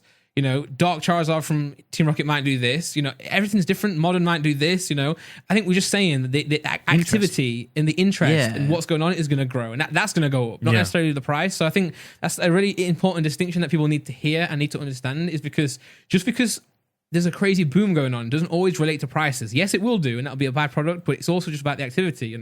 So just because there are 5,000 cards or 2,500 cards of the shiny Charizard V from Champions Path doesn't make it less of a desirable card. Just because 5,000 people got it, don't mean you aren't allowed to have it. Yeah. And what are they selling at? They're not selling at 35p. No, they're selling at $700. So it's like it's just understand what's going on, really, and it just go with the flow and just understand it's gonna be what is a Pokemon? It's a Pokemon trading card game, right? So it's gone from people buying these like high end cards to now it's changing hands, and we use the term flippers a lot. Flipper's not necessarily a bad thing anymore because people just trading cards, man. It's like you're trading card for money, trading magic. They're buying the next cards. The market cap at $700 for those Charizards is like 1.9 million. Yeah, for a brand new card. Yeah, and then like, do you think the market caps and investments and like we obviously see these graphs now? That was not ever a thing when when back in the day. That was never ever a thing. To research a price on a card, the Dark SP on First Edition PSA 10, I didn't know what the hell that sold for when I bought that. I just made an offer and he gave it to me. There was no. Because he didn't know either. No one had that information. Well, you always just went on eBay and went on the last sold, but then you'd be like, yeah, but is it 200 quid less? I'm not an investor, man. I don't know charts. I don't know how to read charts. I don't really understand the market cap. I'm not an investor, man. I never wanted to be, never claimed to be, never set out to be. I buy cards. I enjoy the cards. I think trading. Well, I mean, I would like to be an investor. I just never had that interest. So it's one thing I never went down. But it's just the market's changing, and the market's changing within itself as well. There's WotC, there's EX, there's Modern, there's Charizard V, there's Charizard himself. It's all different, man. So. I think there is a point that most normal human beings can get to as well, where like with this being your hobby, if you treat this solely as an investment, you will, or like as work, you'll start to lose that fun aspect of it. Yeah. Like we saw it obviously in December, you saw it with the burnout. Like the more you put time into the work side of it, the money side of it, the how can I earn some money through Pokemon, you're gonna care less about the Pokemon card and more about the bank balance. So you have to keep that balance of still loving Pokemon. Yeah, and there's still enjoying opening a pack. Yeah, exactly. Yeah, that's important. Enjoy that. There's nothing wrong with selling the cards either, right? It's just just make sure you. The most common thing to do in Pokemon is people will buy cards to grade to sell to then buy what they want. That's still not necessarily like being a. That's what I did back in the day. Stock market trader. Exactly. Yeah. No, and I wouldn't have claimed I was an investing guru back then. All I was doing was getting the cards I didn't want and. Rather than that, being like this, Tom, and that's what I did. I got the cards I didn't want, sodded them off, and got the cards I did want. And that is that. You are right. I think sometimes flippers are given a bit of a hard word because some people think they're just in it always for the money. It's not always the case. Sometimes, things do come up, your car breaks down. So sometimes you have to sell a card to break, fix your car. But other times you'll sell that card and you'll go and get two others that you actually care and want. Well, PSA say it directly with the card saver sponsored by eBay. It literally says, collect the ones you want and flip your spares or something along those lines. So even PSA know it. PSA like, you buy some, you sell some, you collect some. Yeah. That's just how it works. And at the same time, it's like, if someone's out there, right, working a 9 to 5 and they just hate what they're doing, and they're now looking at they can buy like some Pokemon cards or open some Pokemon cards and sell them, and they can like literally survive with selling Pokemon cards, then yeah, go and do that. There's nothing wrong with that. Like you shouldn't be looked at negatively because you want to change your life and do something you enjoy. If you enjoy selling Pokemon cards, go and do it, man. Like it's just, it's just. I think. However, scalpers, different thing. Yeah, they're different. That is different to a flipper. So. I believe you've got I believe there was a Twitter post. I don't know if you've got it up about the sneaker bot. The sneaker bot.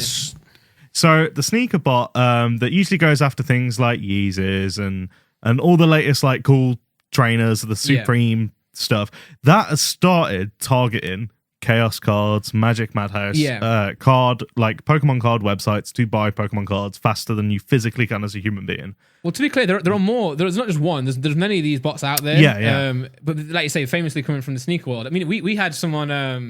I know people who do this for sneakers. They build bots. I was speaking to one of them, and one messaged me like, "Oh, just so you know, like people were targeting people using these bots and these things were targeting your store, Pokemon, and doing this." I mean. This guy was bragging that he just bought like all the stock out on Pokemon. Obviously I can see the orders. I can tell you that he didn't buy many at all, but he was bragging to do that. But you're right. This is now happening. People are now building these bots to target Chaos, target Magic, and that scrape it. Is not cool. Like I don't. Someone said on a comment they want to see me rant about this so I'm just going to do a very short rant here. If you scalp, you are absolutely just a scumbag. Like this is a kid's game at the end of the day. I've seen Facebook posts of people going, "Oh, this is £50 in a store next to me. So if you want it, I'll pick it up for you for £70 plus postage." Shut up. Like. I get everyone's trying to make a little bit of money, but if you've got no interest in it, if you've got no interest in anything but some pound signs, you're a dick. Like, I don't care about anything else you have to say. I'm never going to buy anything off you. I don't respect you. I don't like you. Like, what you're doing is bad for everybody because you're not having any interest in the community. You're not having any interest in the hobby. You're not collecting. All you're doing is trying to make some quick money by making sure nobody else can buy it. It's the same with consoles. People, the PS5 released again at Game, and everyone was bragging, "Oh, we got 2,000 more consoles. We're gonna like earn an extra $500." But then that makes it so retailers like yourself have to put the prices up a little bit because or else you're going to get scalped, and they're going to get sold at that price anyway. And it should be the retailers that make the money. It should be the manufacturers that make the money. It shouldn't be some guy. There's got to be a value add. Yeah, there's no value add to scalping. If you're doing a value add, then no one's ever going to have a problem. The issue is that you're just buying it, not doing anything with it, holding the stock, and by forceful supply and demand, which is artificial, you're inflating the price. And the problem is, it's just not right. And with the PS5s, I don't have a PS5 right now because I am going to pay scalpers prices, but people will, and then therefore it encourages it. So the biggest advice is don't buy more than retail price if it's a product that's going to be out anyway, and no matter how desperate you want it, because they're talking about profits there. Every single time you make a purchase, PS5 or these Elite Trainer boxes or whatever, you're just encouraging them to do it more and more and more. Yeah, well, I think like if you're a person who is doing this, if you're putting all that effort into going like create a bot and don't forget the people. Let's obviously you guys can see the tweets. Let me first of all show these tweets and show what we're actually talking about. So as you can see here, Carnage. I don't really want to even promote this, but anyway, Carnage bot. They're talking about this, right? And then they're talking about the consoles. Collectibles will be the main focus for Carnage, focusing on the major UK and EU sites. We will remain to be the number one UK bot. Blah blah blah, and then they're now saying final site reveal Chaos cards and final site reveal Magic Madhouse. So for those who don't know what these are bots that when Chaos release their new product, this bot will go and like scan Chaos. It'll go and allow you to bid up to 100 of them at the same price, and it'll check it all out for you. You don't have to do anything; you have to sit there and push a button, right? But what this company is doing is they're selling that to you. So they're selling it for £300 and then £30 per month after that. They're probably not even buying any of these products. They're just giving the facility to you at home to go and buy these products. So, if you're in that position where you're right, I've got a passion for Pokemon cards. I want to buy and I want to sell Pokemon cards. Go and do what I did and go and get a wholesale agreement to buy these at cost to then sell them. Because not only then are you, offering a service to customers and, you think you can do better than Magic, Chaos, Pokemon. You think you can do better, then go and do it, provide that service. But don't go and just buy it off those sites, because what are you going to do is, like you say, you're going to inflate that price artificially, because you know. The You're problem going to is buy off also, Magic and Madhouse the that are more- already over retail anyway. Pokerand already over retail because of demand anyway. Then what? You're going to make another profit? It's not even good for yourself. Don't be the person to go buy and sell. Go and buy it from the source, man. And this will crash the market. That, if you want my honest opinion, that's what will crash the market. It's not all these PSA cards going up in value. It's not raw cards going up in value.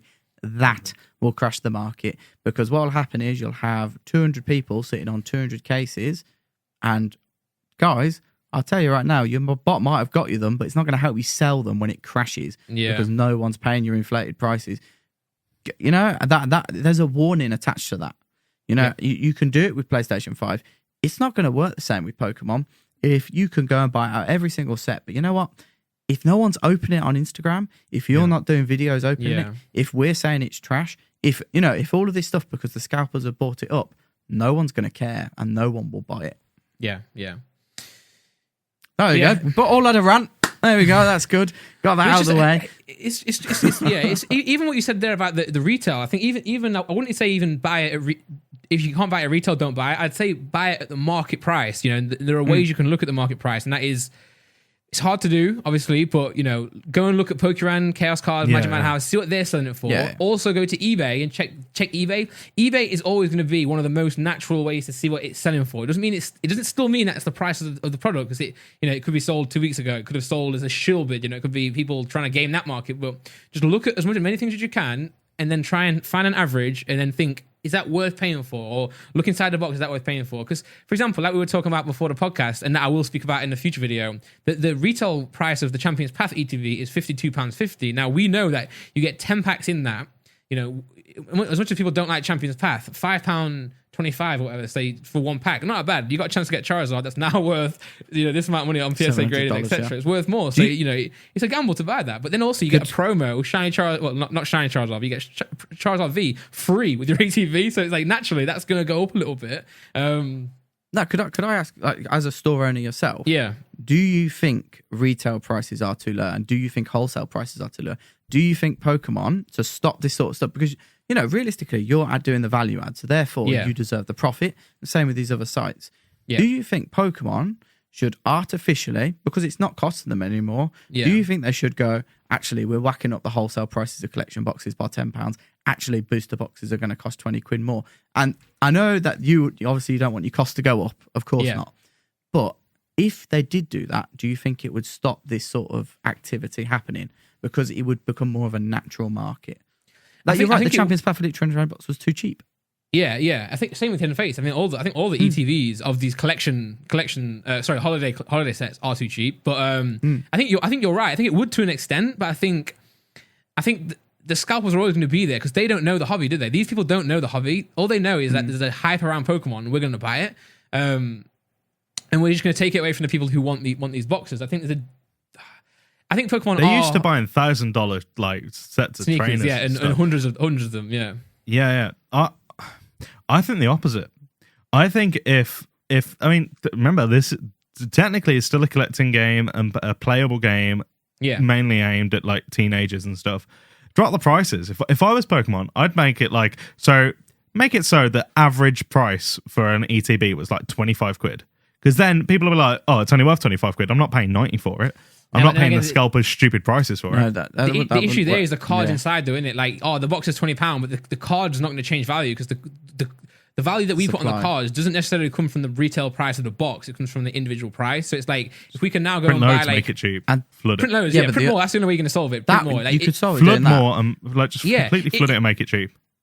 Me as a store owner, and to answer what Conor is asking, if I could get 2,000 boxes of Champions Path, right, or Shining Face, instead of getting 200, I would happily put the price at whatever the lowest I can actually like make that affordable. You know what I'm saying? I would do that. Yeah. When I get 50 boxes of a set, I cannot put it as low as I want to put it because I have to make sure it's worthwhile. I need to make sure that in 30 seconds when I sell out of this box, how am I going to continue to make money and operate as a business? We've got staff now, like it's great having staff when it's in high demand. But if I can't get boxes, they're literally sat there. Not only am I paying them, wasting money doing nothing, they're also just sat there doing nothing. I can't sweep the floor. What am I going to get you to do? So it's like the only way they can solve is just print as many as you can. Like, you just make it, just print as much as possible. It's not about anymore of the rarity. It's about just getting these cards in people's hands.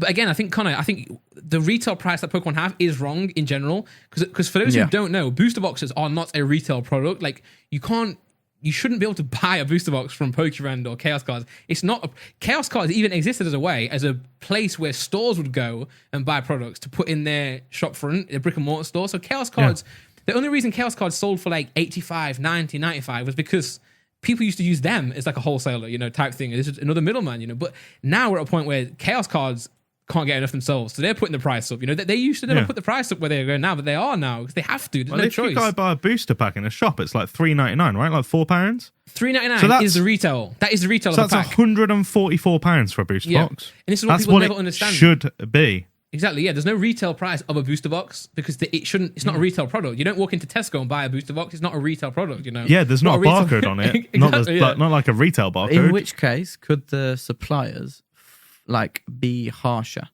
Could they be like, right, you need to sell this at this price, and if you don't, then we're striking you off. Or that, could they restrict their rules?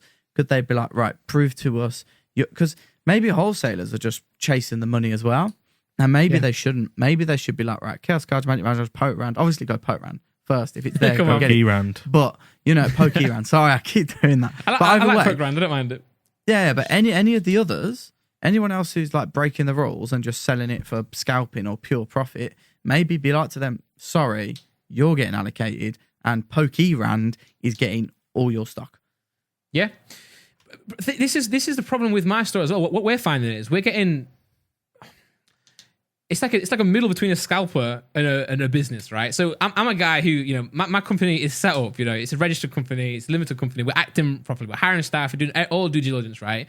Then you've got a scalper who's just a bloke or a lass. I'm not sure what the female version of a bloke is. But you got these blokette. You got blokes and blokettes out there like wanting to do what these scalpers are doing. So they're going to go buy. I mean, and again, I don't like.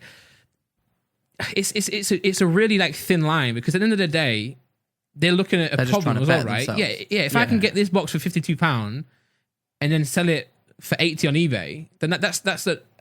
If they can do that, they're going to do that, right? It's because the demand's there. If they can do it, they will do it because the opportunity is there. So something's wrong, like kind of saying, whether it be Pokemon's supply, Pokemon's price, the wholesale supply, something's wrong somewhere. And who can solve it? Thing is, though, you can only sell it at whatever price because you're getting it as a business from a wholesaler. Yeah. What they're doing, and you're selling it like at a proper price for retail usage for customers to get that product. What Scalpers are doing is they're buying it off the business that has already bought it off the wholesaler just to bump up the price, and that stops the end user getting the product from the original business that they could have already got it from. They couldn't have got it from the wholesaler, but they could get it from you. But now they can't. They have to get it from the scalper. Scalpers are just dickheads. You know what they should do? So this is what let's say Champion's Path, dead set for all collectors, yeah? The only 2 cards were Charizard. So they could have printed that into the ground. Because it wasn't a good set. They could have printed that into the ground and been like, every scalper, come on get it, come and get it. Yeah. And when they come to sell it, collectors were like, ha ha ha ha, we don't care. Or only released like maybe 100 of the Charizards in the boxes. So everyone was opening boxes and they were all just dead. Yeah. Well, it's difficult. It's very difficult. And you are right. It's a very fine line from people who are trying to start businesses to and taking opportunity. At the end of the day, if I had a card and someone was willing to pay 90 quid for it, why wouldn't I sell it for £90? So it is very difficult. There's a thin line between people who are just trying to profiteer and don't care to people who are trying to build legit. It's so thin. It's about the intention behind it. Yeah. If your idea is to make a quick profit by buying something that's readily available by taking it off the market to sell, then you're a scalper. If you're doing something properly, you're setting it up, you're doing the logistics, you're making sure that it's like a successful long-term business, then you're an entrepreneur. That's the difference. And if anyone comes to me and tells me they're a scalper, I'll happily punch you in the throat. So, it's wrong. And like I say, again, just go and get a wholesale agreement. But you can't now. The distributors and suppliers are shutting. They're not accepting new customers. And you Why? shouldn't Because have to do that. No. Do instead, go and buy all these bots, right? Go and buy a box from Magic Madhouse, open the packs, grade what you get, sell that. Put in the work, man. Put in the work that we do. If little Timmy wants his Champions Path Elite Trainer box for Christmas, make sure he can get it and stop being a knob about it. Yeah, man. I mean, but like, as I was saying before, like you've got these middle ground people who are like, who say they've got a bit of a following on Instagram now, and they go and get the wholesale agreement, but for no other reason than I don't know what the reason is. Yeah, because a lot of people hoard their products as well. A lot of people buy it and don't sell it. People don't buy it from open the supplier, it, don't do anything. Yeah. Buy it from the supplier, they're going to sit on like at wholesale cost to go and sit on it for like 3 years to then sell it. Like I can tell you, anything we get Pokemon, we sell it, man. We don't hold boxes because it's just like I might hold boxes as a person, or open it. I hold some as a person, but not as Pokemon, you know. And that's not for purposes of. Are you saying you're a scalper, bro? No, it's not saying I want these to be worth more money in the future. It's so I've got content to open on a camera. Yeah. I had that's like 100 extra. That is actual work. That is your brand. It's value add. Yeah. Value add. I was going to keep some Champions Path ETBs at first, you know, like, it's got the Charizard on it, looks really cool as a collectible, as a box itself, which I think still is the best part about a Champions Path ETB is the box still. Yeah. I was like, I'm going to keep some of each in there. And then I sold them to my customers, and people were like, oh, it's sold out, man. I'm really good. I don't want to get this for Christmas. And I was like, you know what? I can't sit here as a store owner knowing that my customers can't get the boxes if I had some. So I just sold them all, man. That's my responsibility now, isn't it? That's my responsibility now, you know. But what's ruined me, and the reason I can't get product from my supplier is because you get these 1,000 people on Instagram going to make accounts with these companies and then not actually selling the product or not actually being legitimate, you know. Whereas Magic Madhouse, Chaos Cards have had like 10, 15, 20 years experience with these suppliers. They know them. They've had this time. I started my store at a good time, to be fair, because I would not be able to now. It's just not possible. Started at a good time, but I'm getting looked at like these other stores, you know. When I was speaking on the phone about getting more product, they said to me like, are you actually, like, can we ask you a question? Are you actually selling this stuff on your store, or are you using it as a front to put it on eBay and Amazon? And I was like, I can't believe I even got asked that question. I was like, no, like we're selling everything we get from you, but you're not giving us enough, you know. And the reason he's asking me that is because he knows there are thousands of people working with him who are just there to sell on eBay, and they're not proper businesses. They're not there as a store. They're there for different intentions. And go on Facebook and say, I'll sell it to you if you send it me PayPal, friends and family, because I don't want to pay tax. I don't want to be a... Exactly, man. That's the wholesaler's responsibility, right? So the wholesaler they need to step up to the plate, because otherwise, if they don't, they are going to create a market crash. And it might be all rosy now when they can sell all their stuff. But no, the businesses, the legitimate businesses, are the ones who get you out of the crash, the ones who buy the product anyway. So how about you support them and get rid of all these people who aren't legitimate businesses? You know, that's the way to do it, because you're going to expect them, when a dead set comes out, to buy that set. In which case, you need to support them when they're struggling to get supply. Yeah, you're buying Battle Styles, right? I'm buying Battle Styles, but that set as well. And again, this is the perception of like content creators and YouTubers. That set's flipped on its head now. So I guess let's put that to bed. We'll speak about the scalpers more in future, more in depth, and more stories about. That's Pokemon, probably going to get the most views on the clips, isn't it? That's definitely going to get there. Probably, that scalper. Yeah, 100%. I say again, it's such a fine line, because it's such an in-demand product. That's the issue. It's such and the one thing to solve it, one way to solve it, is for Pokemon to go out there and start 10 times what they print 10 times what they're printing now, and then the wholesale buy 10 times what they're ordering now. But the issue again is that we've seen it before in Pokemon. There could be a set, or it could be a time where this interest's gone, and as a business, you know, as I could do, I could go and buy like X amount of battle styles. It could flop, you know. Then the wholesaler could have done that. That could have flopped. Pokemon thinking, oh crap, we've got evolutions lying around. Let's shove them in these collection boxes. That might happen again. So they're cautious, man. But it's how do you ever? It's hard, man. They can't be cautious at this point. They're $100 billion company. They've got infinite money, and like kids can't play with their products, so they need to not be cautious. If kids can't play with it, then where's the brand? Like in 20 years' time, the reason why we like it so much now is because you know we were able to get supply when we were teenagers. Anyway, that come on. Let's move on to Battle Styles. Will Battle Styles be a flop part 2, or is it going to bang? We've got some new cards. And I was actually saying it's not. I was saying give it a chance, right? Let's judge it now when we see the secret rare, see the full art. Things I like. You seen it? Well, I've not got on the screen yet. So let me scroll up again, because I've not panned it across yet. But so Battle Styles is a new set, right? I see people on my Discord daily speak about all the different sets. Now I see it in my comments speak about all the different sets. Why was Vivid Voltage popular? Because it had a Pikachu Rainbow Rate on it, and we knew Pokemon said it's going to be underprinted. Like we heard that. We heard there's not going to be a reprint for X amount of months. Because also, just speaking about what we spoke about before, Pokemon even admitted on Twitter, they literally said, sorry that we didn't print enough Champions Path. They're going to start printing more. But what happens now, by the way, is now we've got Champions Path. Pokemon's got Champions Path. It's selling slower because people know what kind of set it is now. They know it's trash, and they want to look forward to Shining Fates and all the other stuff. So Champions Path. Well, they don't want that Dreadnought V. Yeah, bro, it's my Champions Path. Every other card is a Machamp. Yeah, Rebel Clash is a great set. It's not as good as Sword and Shield, Dance Ablaze, or Vivid Voltage, and unfortunately for Rebel Clash, it's in the middle of Vivid Voltage and Darkness Blaze, probably one of the two best sets in a while in terms of main series set. And if you look at the entirety of Sword and Shield, I would go to say, might be wrong, they may be the best sets of the entire Sword and Shield run, or could be if they don't bring out anything cool. So unfortunately, Rebel Clash is in the middle of that. Rebel Clash is not a bad set though. So again, Battle Styles comes in. Is it got a Pikachu in it? No. Has it got a Charizard in it? No. So people aren't immediately drawn or attracted to the set, but you got to give it a chance. So let's look at these cards now they've been announced, and now you guys can make your mind up whether you like the set or not, because you're going to see the cards that are in front. So first of all, keep in mind this is a Japanese set, okay? So it's not out in the UK right now. The way they do it in Japan, certain sets with Sword and Shield, is they split it, okay? So you've got a single strike set and a rapid strike set. So these are two different booster boxes, but in English, when it comes out as Battle Styles, it'll be one. So just so everyone's made aware of that. So here we go. We've got Flapple. Love this one. Full art. Love it. I Sick love little it. dragon. Apple boy. This was the actual. This is my favorite Pokemon in the game. Yeah, it was, wasn't it? yeah. This was That's sick. because he could do all the dragon moves, and I just Yep. found it for some reason weirdly hilarious, and Apple could do it. So Well, I Dragon's loved funny. it. Yeah, I absolutely Like, loved it. I love this Pokemon. I've got to say. Yeah. So we've got Flapple, Banger. but Tapu Koko. Tapu It's a Koko. Sun and Moon Tapu Koko Pokemon. is just playable though, right? Yeah, That's the reason it's in so many sets. Yeah, people keep kills asking it. me because electric deck, they want electric deck to be a certain level of playability, etc. But this card's been printed so much. Like even the V card was in a Sword and Shield set. It had a hollow, and it's just there, isn't it? It's just Tapu Koko's about, mate. Do you think the Tapus should be in these sets? Yeah. So, Yeah. because should they have maybe retired them for Sun Shield and then maybe they'll- bring them back? They'll No? keep the super powerful Pokemon because of playability. That's literally it. So because it's known as a playable Pokemon, you'll keep it in as. It's the same reason.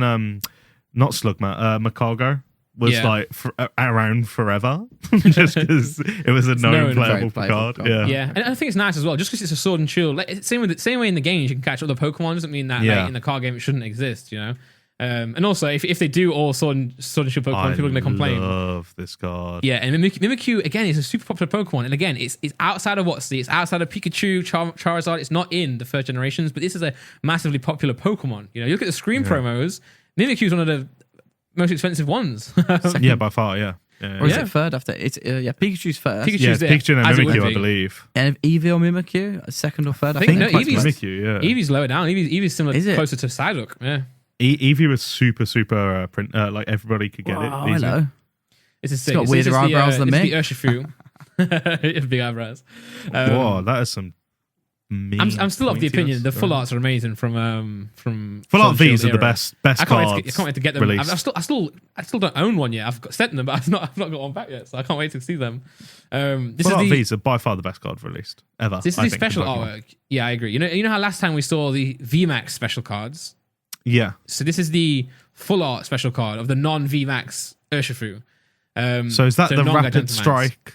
Like, is it in Battle Styles? They're called like rapid strike cards or something. The new format. Yeah, single strike or rapid strike. I think rapid strike's Got the it. water one. So I think this is single strike. Could be wrong about that, but Got it, yeah. got it. So that it's apparent now that only the single strike or rapid strike cards will have the special art. If you get me.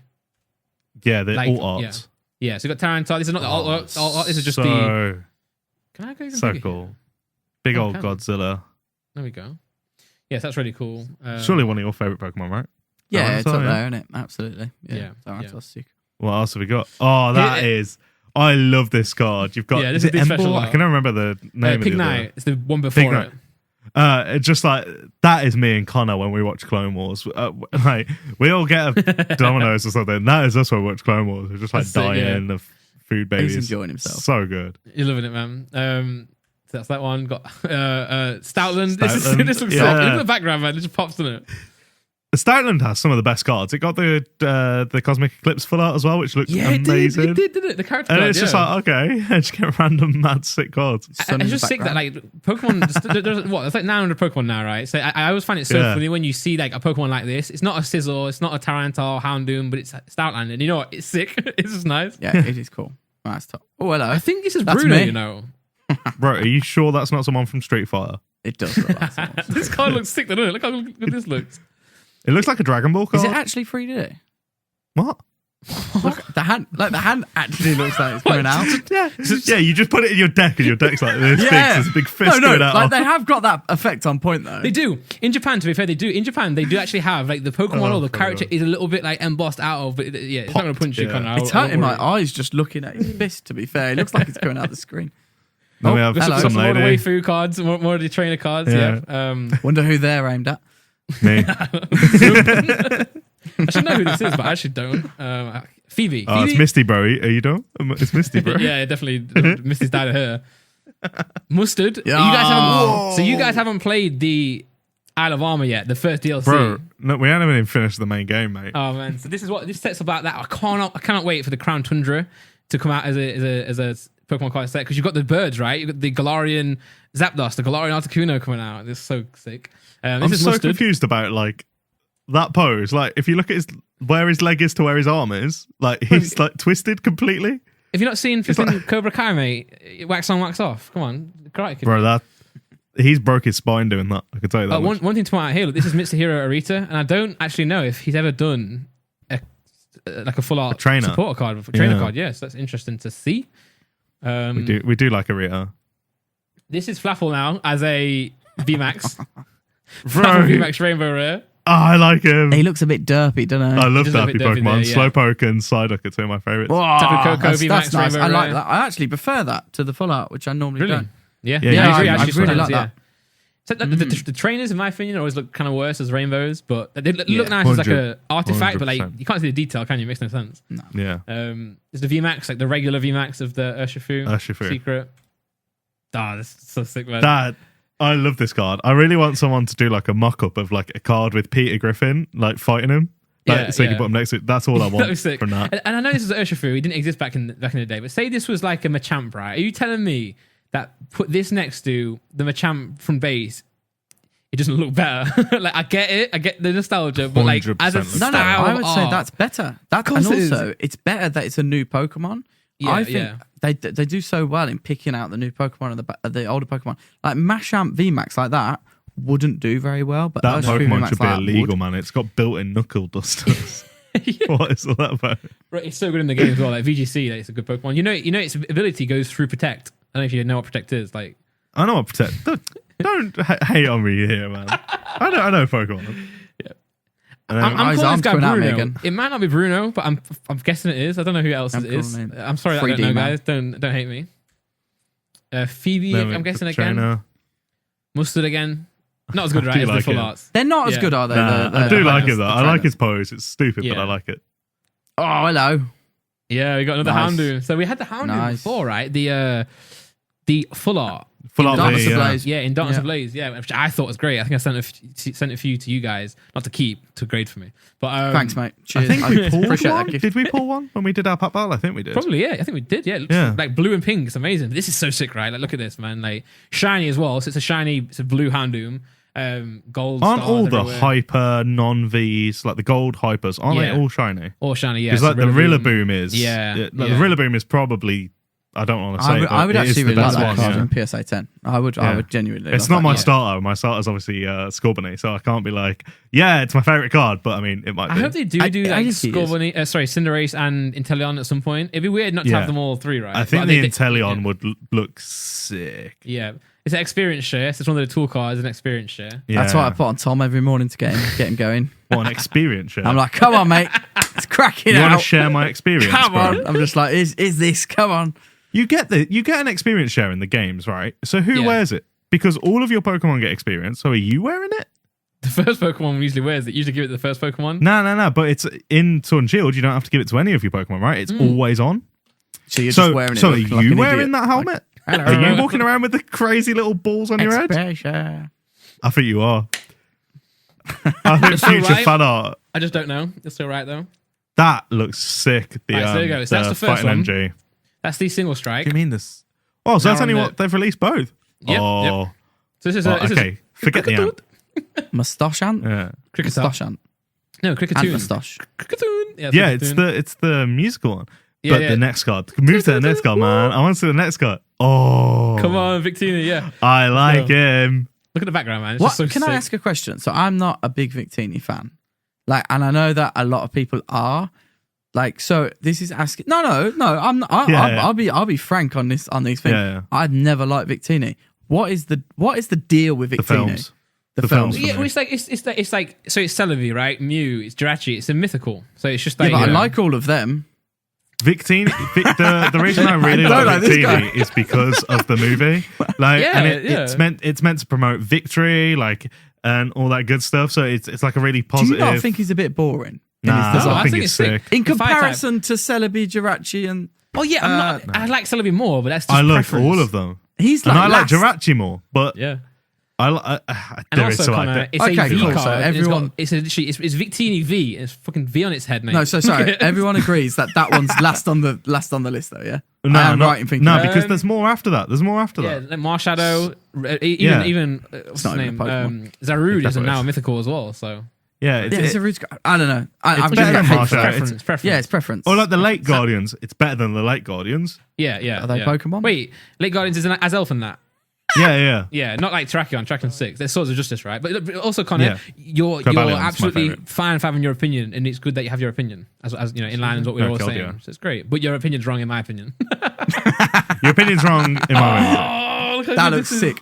Empoleon, man. Oh, right, have they got the alt art? Because you showed me the alt art the other day. You showed there's like one of the two cards you showed me. It's there we go. That I mean, I'm just gonna put it out there though. Even though I love this card because I think it's sick artwork, I also hate this card because he messed up a phalanx, and that's my favorite Pokemon from Sword Shield. I mean, phalanx is never attached anyway, but it's literally cutting up the phalanx from each other, separating them. It's sliced it up like the things in Mario where you jump on their head and it like splits them up. I would find it more funny if there was just that phalanx flying off, just cut in half, bleeding everywhere. All right, Connor. I just said this. Sorry, and the other ones are just watching him die. Who's the guy in the background? Is that Gumshoes or? We'll get there, don't mate. like that. What's No, that? the one in the background of the last card. Oh, that's Mine Fu. Mindfu. Yeah, Mine Fu, I think. Or not Mine Showers the evolution. Yeah, Mine Fu. That's Mine Fu. Sick, I like it. I do like that card. Yeah. But look at that, we've got Necrozma, man. What the hell? He's got Necrozma V out of nowhere, mate. Dead. I've never been a fan of the Ultra Vs. I don't like Necrozma. I really like Duskmane and Dawnwings Necrozma though. I just hate basic. Duskmane's good. Yeah, I hate basic bitch Necrozma. Yeah. Look, they can't even fit it in, man. Like, it's a bit mental. But like, I didn't play Ultra Sun, Ultra Moon either, so I never got to this point. I had like Buzzwole or whatever, some of them, but I never got to this final one. But it's a nice card. But again, like, Pokemon preference not up there for me. Yeah. I prefer different other legendaries. Rayquaza ticks my boxes more than Necrozma does, but it's what it is. Tonight, this is the Urshifu, but this is the Rapid Strike Urshifu, I believe. The water and fighting one rather than the Dark and Fight. Have they just gone for like a Kung Fu Panda vibe? Yeah, I'm getting it. Because I'm liking it. So is this just like going to be one set in the Battle Stars V? Or are they going to like... With Sword and Shield in Japan, they had Sword and they had Shield as separate sets, 2 different boxes, and then as English it was Sword and Shield. So I think Battle Styles will be these all together for English. That you've got on the screen now is the best card you've shown in my opinion. Like it? It's sick, innit? Look at him. I love that guy. That reminds me of like some Neo and Matrix 2 kind of vibes. Yeah. Where is he? Is this like a crater in the floor? Am I seeing that wrong? Yeah, he's jumping up, isn't he? Yeah. But it's like stood on something. It's like stood on water. Maybe he's in a lake. No, he's stood on a lake, isn't he? Oh, I but it looks sick though. Well, I don't know. I might be tripping. Cool. It's like a painting. We're getting to the point now. It's like literally a painting, isn't it? Like it's actually like a piece of art. So nice. I love that. Not a fan of this one. I like Corvus Squire. Whoa. But I don't know if I like this card, man. It's like, I like it. I it should have had a taxi with it. I think they struggle with the black coloured cards. With the shiny. With the colours. Yeah, like it just doesn't contrast very well. I like that one more than the Necrozma. Necrozma's. I guess. Yeah, because that's got the same outline, right? Bounce. The same colour outline, but on the black poke. Yeah, you think you might be right there. Yeah. Yeah, I like Corviknight, but not like that. Yeah. I like. This is Corinna now, I think. I might be getting my trainers wrong, guys. Stacked it. Yeah, she's a skater, mate. She's the girl who's got Lucario, I think. I think it's Corinna. Might be wrong. This will be John's. This will be John's fantasy lady then. This will be John all over it. Mustard again, but the other version, the water style version of Mustard. I like DJ that. Mustard. Cool. Is everyone in like the latest like DLC just like a Kung Fu Master or something? Is that like He's the the same guy. Yeah. He's literally. It's like a fighting type, legendary Kung Fu evolves into Shifu, and you get to choose in the game. In the game in Alabama, you can choose if you want to go for the water type or the dark type. I think I might be getting my types wrong. Okay. So if you go with one style, you get the water. If you go with one, you get. That's why it's split like this. Yeah. Not sure her name again, but I know a lot of people are loving this card. Green. Yep. Green. Yeah. Green lady.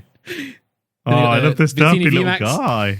Come on, Connor. Not a fan They yet. should have lined Nah, it look up at the eyes. perfectly with a V. Oh, it's so They should have Disney actually, and it's not Nah, Pokemon, man. Oh, I wonder why I like Good it. opinion.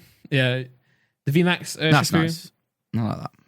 Yeah, the VMAX alternate art Urshifu. Oh, so nice. I mean, this is the hyper Such a rare Digimon rainbow, card. but it's this so much better, right? This style card is so Yeah. much better than the rainbow. Yeah. Like, I hated rainbow in Sword and Shield, the GX, but they did improve it a bit by putting this like fuzziness behind it, right? It gave it something else extra, so it's a little bit better. But I was hoping they went for a completely different style. The full arts they banged it, but yeah, Yeah, I don't know why they didn't make That's the full nice. arts. Yeah, that's sick. That's banging. Corvus Squire VMAX, that's nice. I like that. I think I like anything that's a bird because my favorite animals are birds. And Yeah. when you mix up Pokemon, my favorite thing, like one of my favorite things, it's Yeah. banging. And these are Do you just mean the, trainers? yeah. Look, we got it's got What are you artillery. saying? Oi, why have they got artillery as a I hyper? don't know. I don't know, but I enjoy it. Yeah, I like it. I like it when they do some stupid stuff like this. Like we had it before, right? Like who was a weird like choice for one of these gold shinies? Oh, we had loads of weird ones. We had Who's all- Galarian, bloody Berserker, that's Berserker. Berserker's fine. Oranguru is No, fine. it's I guess this is the first weird one. I guess yeah, not auxiliary, but it's dope, man. Like, Nah, come on. Like, Artillery's that so should, sick. It should be a rare, it should be a Pokemon that everyone wants to get. I do agree. That should I mean, be, you're right. Like, why yeah. are you putting Octillery there? This is how Pokemon are trying to crash scalpers. Well, they do with the- everyone yeah, buy it's the like- Octillery, buy the Octillery. This is sick, but I guess like, bro, I do agree. I think could've like done I would so prefer much like more. some sort of like grab locked here or some sort of like. Gra- So Oh, no, imagine, I don't like Grapple. you're opening your booster Pokemon. box and that's the card you get. Come on, you're going to be disappointed. Well, nah. There's yeah, been a, yeah, there's been a Like few it's of cool these. to look at. It's cool to look at. Don't get me wrong. Plus, and it's funny. Artillery's sick. But you know I what I'm like saying, Connor? Octillery. It's good that when they put new Pokemon in, right? Yeah, but like new good Pokemon like Groudon Okay. in. Nah. But like, no. There's other Pokemon that haven't had their chance to shine, like Groudon, in Sword and Shield, that could have used that spot. And there's many others. I'm just picking Yeah. on. I think like the artillery. It's cool. I like this card, okay, and I like that. I like that the card's an artillery. I don't have a problem with that, but I do agree with you that I would have preferred something else. You know, I'd have preferred a It's better a Pokemon. big spot, and that's Yeah, if that's it your is. chase card. Come on, man. That's what I thought with Oranguru. To be fair, personally, but I know a lot of people loved Oranguru, the shiny one. So I'm wrong in that situation. But yeah, I do agree. I think like they could have done better with the choice, but Well, Other they've card? gone for opposite types. What's They've the gone for a reason? fire and a water type. That's the reason. Is that the Yeah, reason? Houndoom was a fire type there, and Well, no, I Octillery's think- a water I type. think it's more like dark because like dark type. Yeah, because Oh, okay. because again, like You could have it's had the- a Togetic. single strike is could have dark had- Urshifu, and then the other one's water. Do you know what I'm saying? So it's like water Yeah. and dark. So that's why they've gone for a water Pokemon. But They could have had a light Pokemon though, right? No, because it's a water deck. Like Oh, that's okay. what he's saying. Well, I don't. It could have had a lot. Yeah, but there's a lot of cool water Pokemon, sure, but like a lot of them we've already seen. We've What already about seen the things like Graplock? Lapras. Grapplock. That would have been sick. Grapplox he's The boring. big- He's dead. Big I'd- old no, he's clobber better plus I than like him. He's Octillery. red as well. I like him. Yeah, I think Yeah, he's There's a- better than Octillery. And also he's Sword and Shield era. I don't know. Yeah, I Sorry. agree. But then again, What, people and love Houndoom artillery. is? But, No, but it makes more sense. Houndoom's cool. Yeah, I do agree. I like the card. It could have been better Pokemon featured on the What card. ball is that ball? That's level ball. Ah, I thought you were going to Yeah. say it's a V ball. Then I would be chucking it up, John. a Victini. Called him out again. I'm sorry, John. Porry John. And that's sick. isn't it? That's wicked, man. Double Balls fight of energy, fighting. but like looks like water. You know the film Balls of Fury? That's all I can think of now. Looks sick. So after then, But yeah. like, you know, so again, pretty sick. now everyone's seen this. You know, now make your mind up. You know, if you like this or not. I still won't buy it. Yeah, it still Would you sucks, not? man. It's not gonna put Pikachu Nah, in it. I mean, I'm the- having fun that like cards that I would collect and grade heavily are Yeah, this card right here. the I would Mimikyu is love beautiful. this. I Sorry, would man, it's love all- this. Yeah. I'd get a few of this, but I would definitely go for this way more. Yeah. Stoutland, I'd have that a bit for sure. This I think this card's sick. Not really much about this. Is it in agreement in general that this will be of the same popularity and demand of like Rebel Clash, where because there is Rebel no Clash in demand? No, but that's what I'm trying to say. Is it going to be that sort of set where it's a cool set, Yeah, but maybe it doesn't? It's not going to hit the heights of Vivid. It's not going to hit the heights of Champions Path. Like, yeah, I agree. Maybe it is just cooling it down a bit and then going into your next Battle Stars V set. What you mean, Shining Fates 25th anniversary? Yeah. Well, it'll be this year's worst set. I think in a video that went up today talking about what to buy in 2020. It was literally on the bottom of my list. For me personally, that's not to say I won't enjoy the set, but it's not as good as Shining Fates, just because of the nature of that shiny set. It's not going to be as good as the 20th anniversary. We assume it's not going to be as good as Hidden Fates reprint type. If you're going to go and buy that, so you are right. I think again, Rebel Clash, like we said, it's not a bad set. It's just overlooked, right? Because that's not a bad set. Pikachu. I don't think that's going to be a bad set. The artillery is annoying, but apart from that, I think the rest of the set's really cool. But you're right. I think it is lower down the list than everything else. Do you know what I think it is for me at the moment? I don't think I'd buy any set. I think I'd buy like collection boxes where I could just get a few of every set, because I think there's loads of cool stuff. Yeah. And I kind of don't want to be limited on what cool stuff I get. Well, going back to the retail chance to get all the different cool stuff. Yeah, going back to the retail conversation, what we're seeing now, we're seeing Vivid Voltage was hard to get. Darkness Ablaze was not as hard to get. It was originally, before the hype, like it was I could go back to the supplier and get as many as I wanted, honestly, back then. Like, maybe I couldn't because I didn't know if I could sell it, but I'm sure I could get a lot more of that. Well, I did. I got a lot more of that than I got of Vivid, maybe by 10 times more, But what I'm trying to say is that you've got the holiday sets, Champions Path, Hidden Fates, Shining Fates, and then you've got battle style sets, right? Vivid Voltage. These booster boxes are built for the players to go and play. Champions Path not necessarily a good card. Like, they do it on purpose. They don't put a card you need in Champions Path because they know it's going to be like a collector's set. Yeah, and they know. But the issue is the price is there. Is just they're a bit off. Yeah, like the recommended retail price of both is a bit off. You've got £140 technically recommended retail price of battle styles, and you've got 52 for less packs, of course. But like of an ETB holiday set, 10 packs, but also you get a free promo card, which we saw, by the way. We saw the flipping rainbow, the bird, the stained glass window, one of the best cards of all time, right? The Moltres and 100%, yeah. And then literally. The Charizard V is nice as well in it, to be fair. Like, you've probably seen it too many times now, but when I first saw that, I was like, you know what, I prefer that than the shiny one, because it's like, it looks better, the colours are better on it. The pink and blue always works together. Conrad, right? It's Charizard V, the promo, is that worth more than £52 in a 10? Yeah, easy. Yeah, and even a 9 probably worth more than that, right? Well, the thing is, back in day, what I used to do is I used to buy the collection boxes with the iconic Pokemon on the front, because then if you graded that, you've got the cost back for the rest of the collection box. Anything that you pull out of the boosters, then it's just you've bonus. It's a bonus. That game is old now. Everyone knows that's what happens, and therefore that you can't really do that anymore. So that is exactly what used to happen. So now what's happening instead is the retail price is starting to reflect that, or the market value is starting to reflect that beforehand, and people are already placing in that added value of that card. So yeah, you're absolutely right. That Charizard V, the RRP of that should be 90 quid. You know, and I think Pokemon. I would be interested to see, just to go back to it, if it goes back into more playability again. Remember Roaring Skies. Will Pokemon take action? Because at the moment, we're all in COVID and it's all collectors focused. But if those cards can't get to players, that's when Pokemon are big like, no. Yeah, because if people can't go to Worlds because they can't make decks. And maybe that's an issue as well. Maybe the fact that there's COVID and there's no tournaments going on, maybe they just don't care at the minute because they know that there's any sets we're doing is online on the trading card online, and they just I don't know, man. I don't know what the solution is. We shouldn't even be required to know. As I guess even as Pokemon's Greater Gem, like we don't know. I'm just putting cards on my store because people wanted me to do originally. That's why I started my store. Because the demand was there. Just wanted to sell my duplicates and sell boxes, man. It's now turning into what it is now. Same with you, Connor.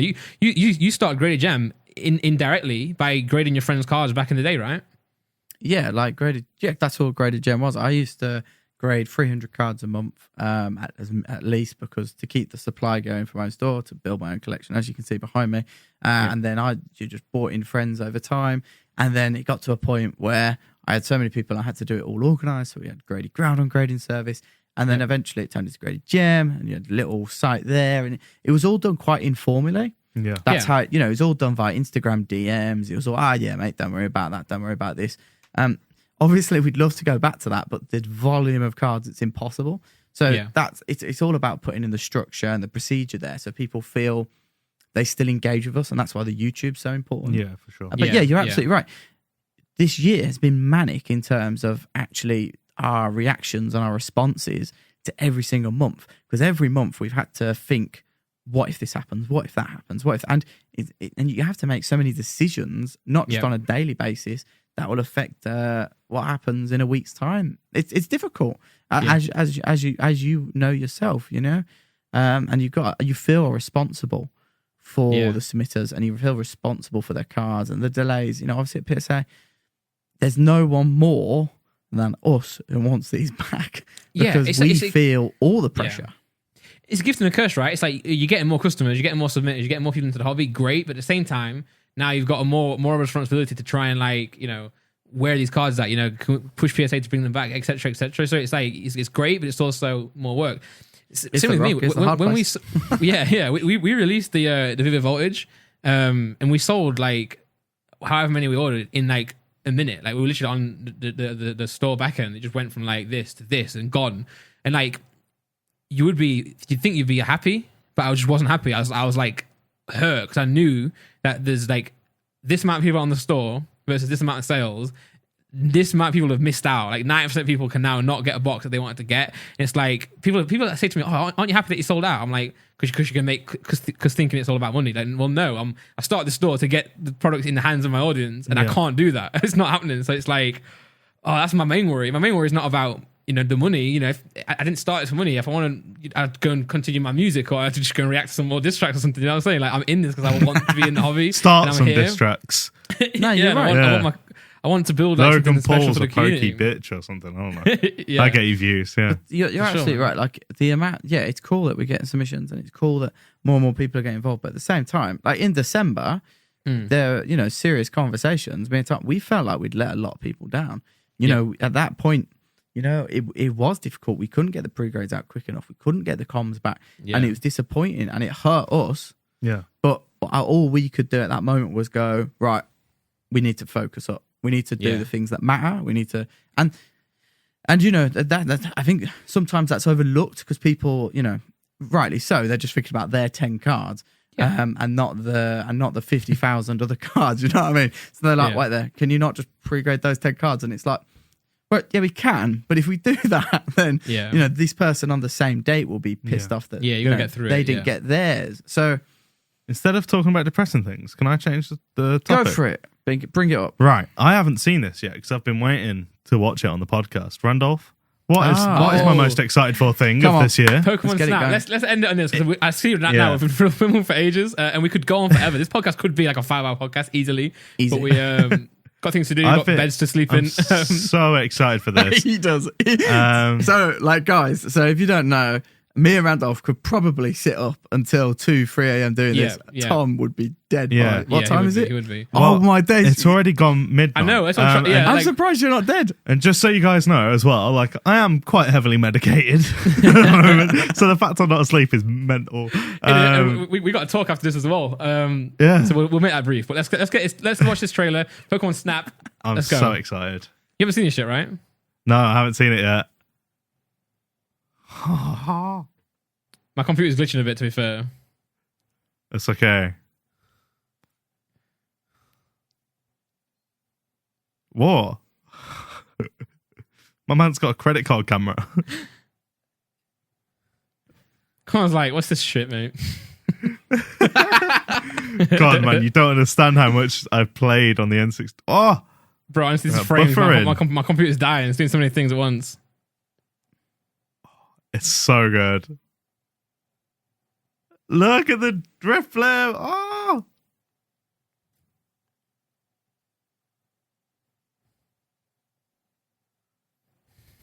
I should watch it here, to be fair. So apparently that's the original guy. Apparently that's like the Todd Snap or whatever his name was. Oh, the professor. what? Speculation. This is so cool. Oh, we got that buffer in again. Oh, look at Peter and Crookie! That's sick. Oh, Bidoof. Perfect Bidoof. Let's go.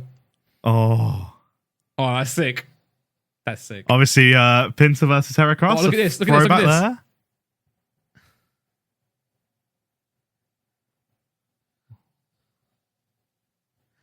So apparently this thing called like glowing Pokemon in the new region. You know how you got like Gigantamax? I can't hear a word region, you're saying, bro. I'll say in this region, you know how you got like Gigantamax in like Galar, Mega Evolution in like Kalos. It's, like, apparently in this region, I'm not sure what it's called again, Lentil or something. You've got like glow Pokemon. Like at night, these Pokemon that glow up like the Meganium did. So that's sick.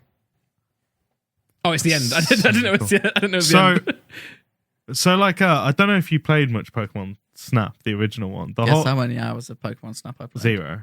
Correct. Yeah, so like the whole thing is you go around and it's like specific tracks like through like the same areas. Yeah. But to get like, so you have to take photos of the Pokemon, but the way you get certain Pokemon to do certain things or interact with other Pokemon to get the most points, like you can either throw treats to them or you try and disturb where they are and stuff like that. So you might go past this bunch of grass that like 30 times that you think it's just a bunch of grass, and there's a really cool like Scyther on the left. But then if you throw something at the grass at the right time, like a Pikachu will evolve or something, and you'll get to see the evolution. So like there's so many hidden interactions that you have to find, and that's what makes it fun for like people like me who like finding all those weird little Easter eggs.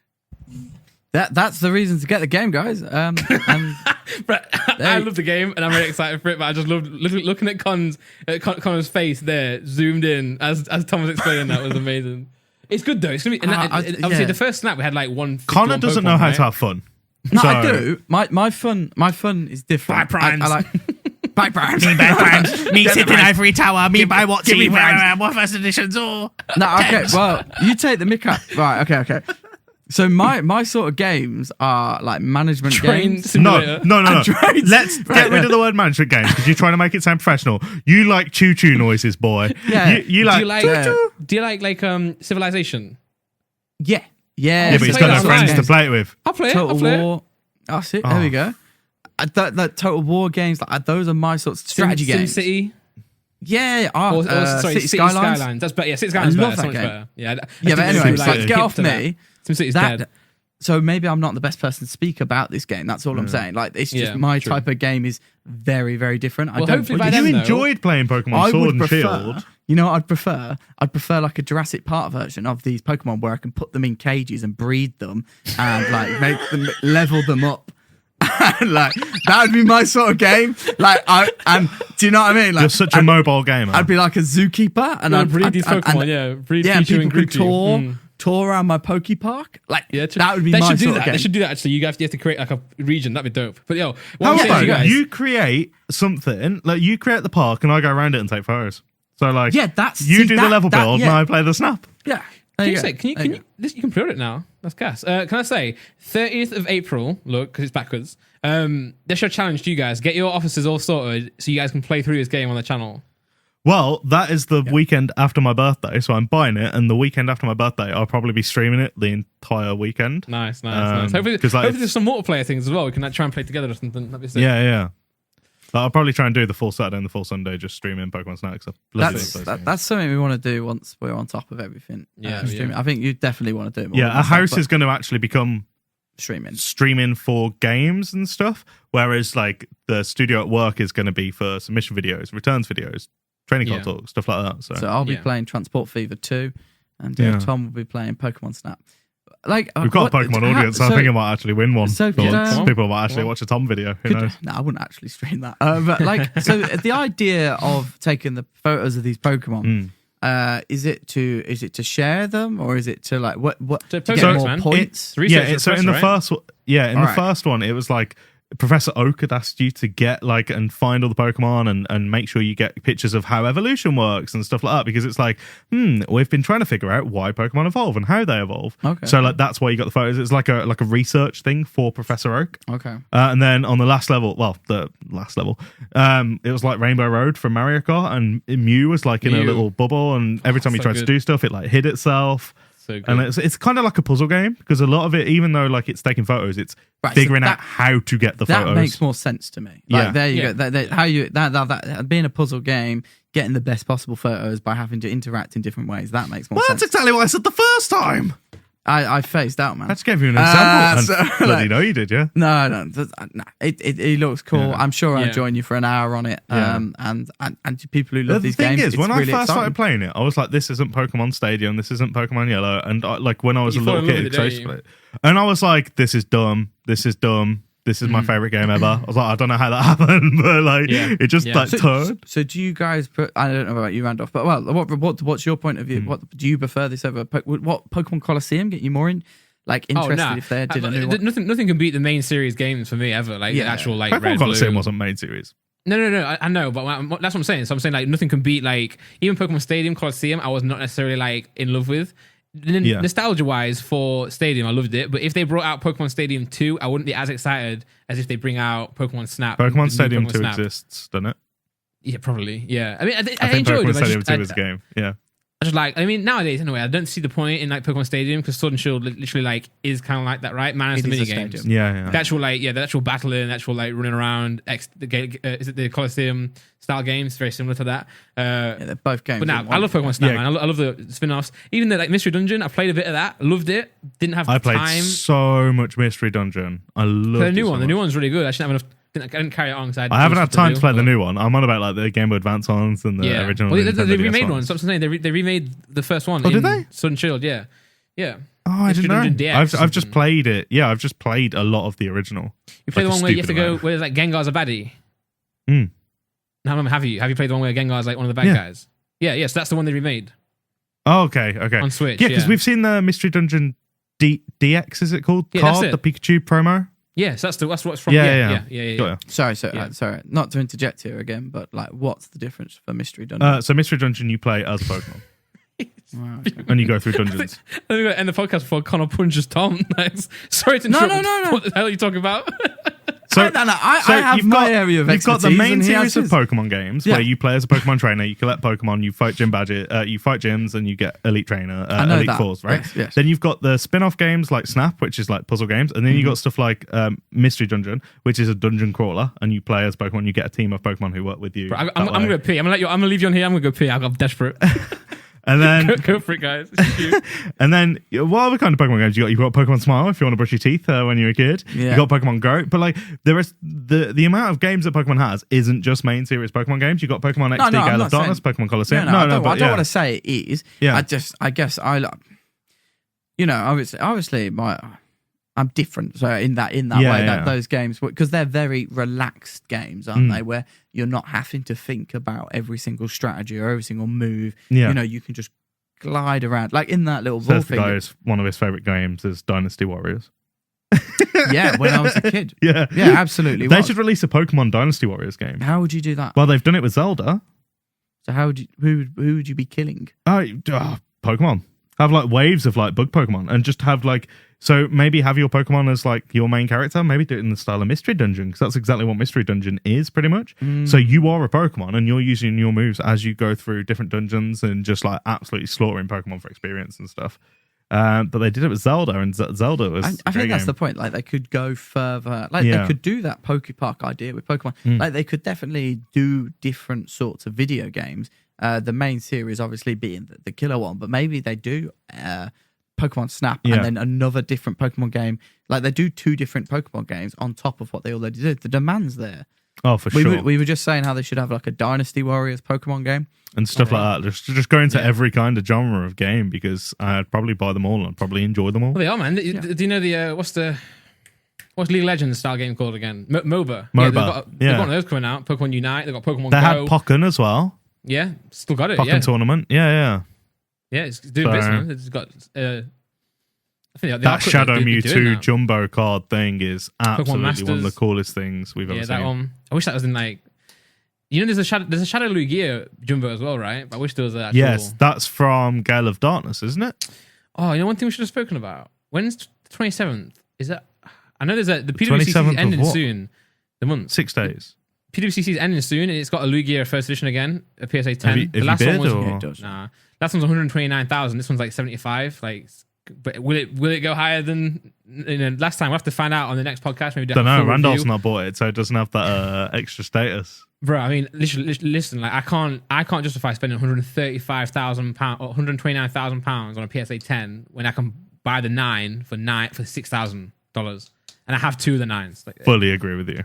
don't care for what one less scratch. That Well, what you're saying is you've got a PSA 18 anyway, so it's fine. yeah, right? yeah. No one's got that. Come on, I'm unique. Yeah, but nah, that's No, just but that would be an eh? interesting, it'd be an interesting card to see when the market is though, because that was sold right at the hype. It was a card that wasn't sold. It's not sold very often. No. To bring up the Dark Espeon first edition PSA 10 again, that hasn't sold since before this whole pandemic. Yep. Anywhere. So the prices of some cards are just unknown. And the Lugia would be interesting to see whether actually does it get hit 150 or does it go to 100? So Well, it'd be an Lugia interesting is point. being looked at or being talked about as the new Charizard, right? Or Gen 2's Charizard. Whereas, in Neo Genesis, the Typhlosion in a 10, I'm not talking about the 9, in a 10 was always not necessarily enjoyed more of the Lugia as a Pokemon, but because of the population, it's always more of the impossible card. So I really do wonder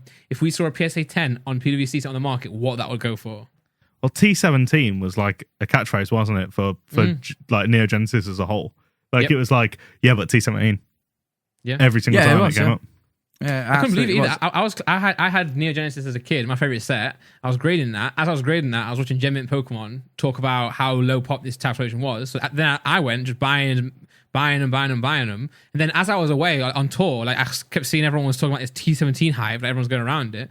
And then I just bought one for like 50 quid the week before, and now it's like $2,000 raw. I'm like, mental, mate. That's just not an example of.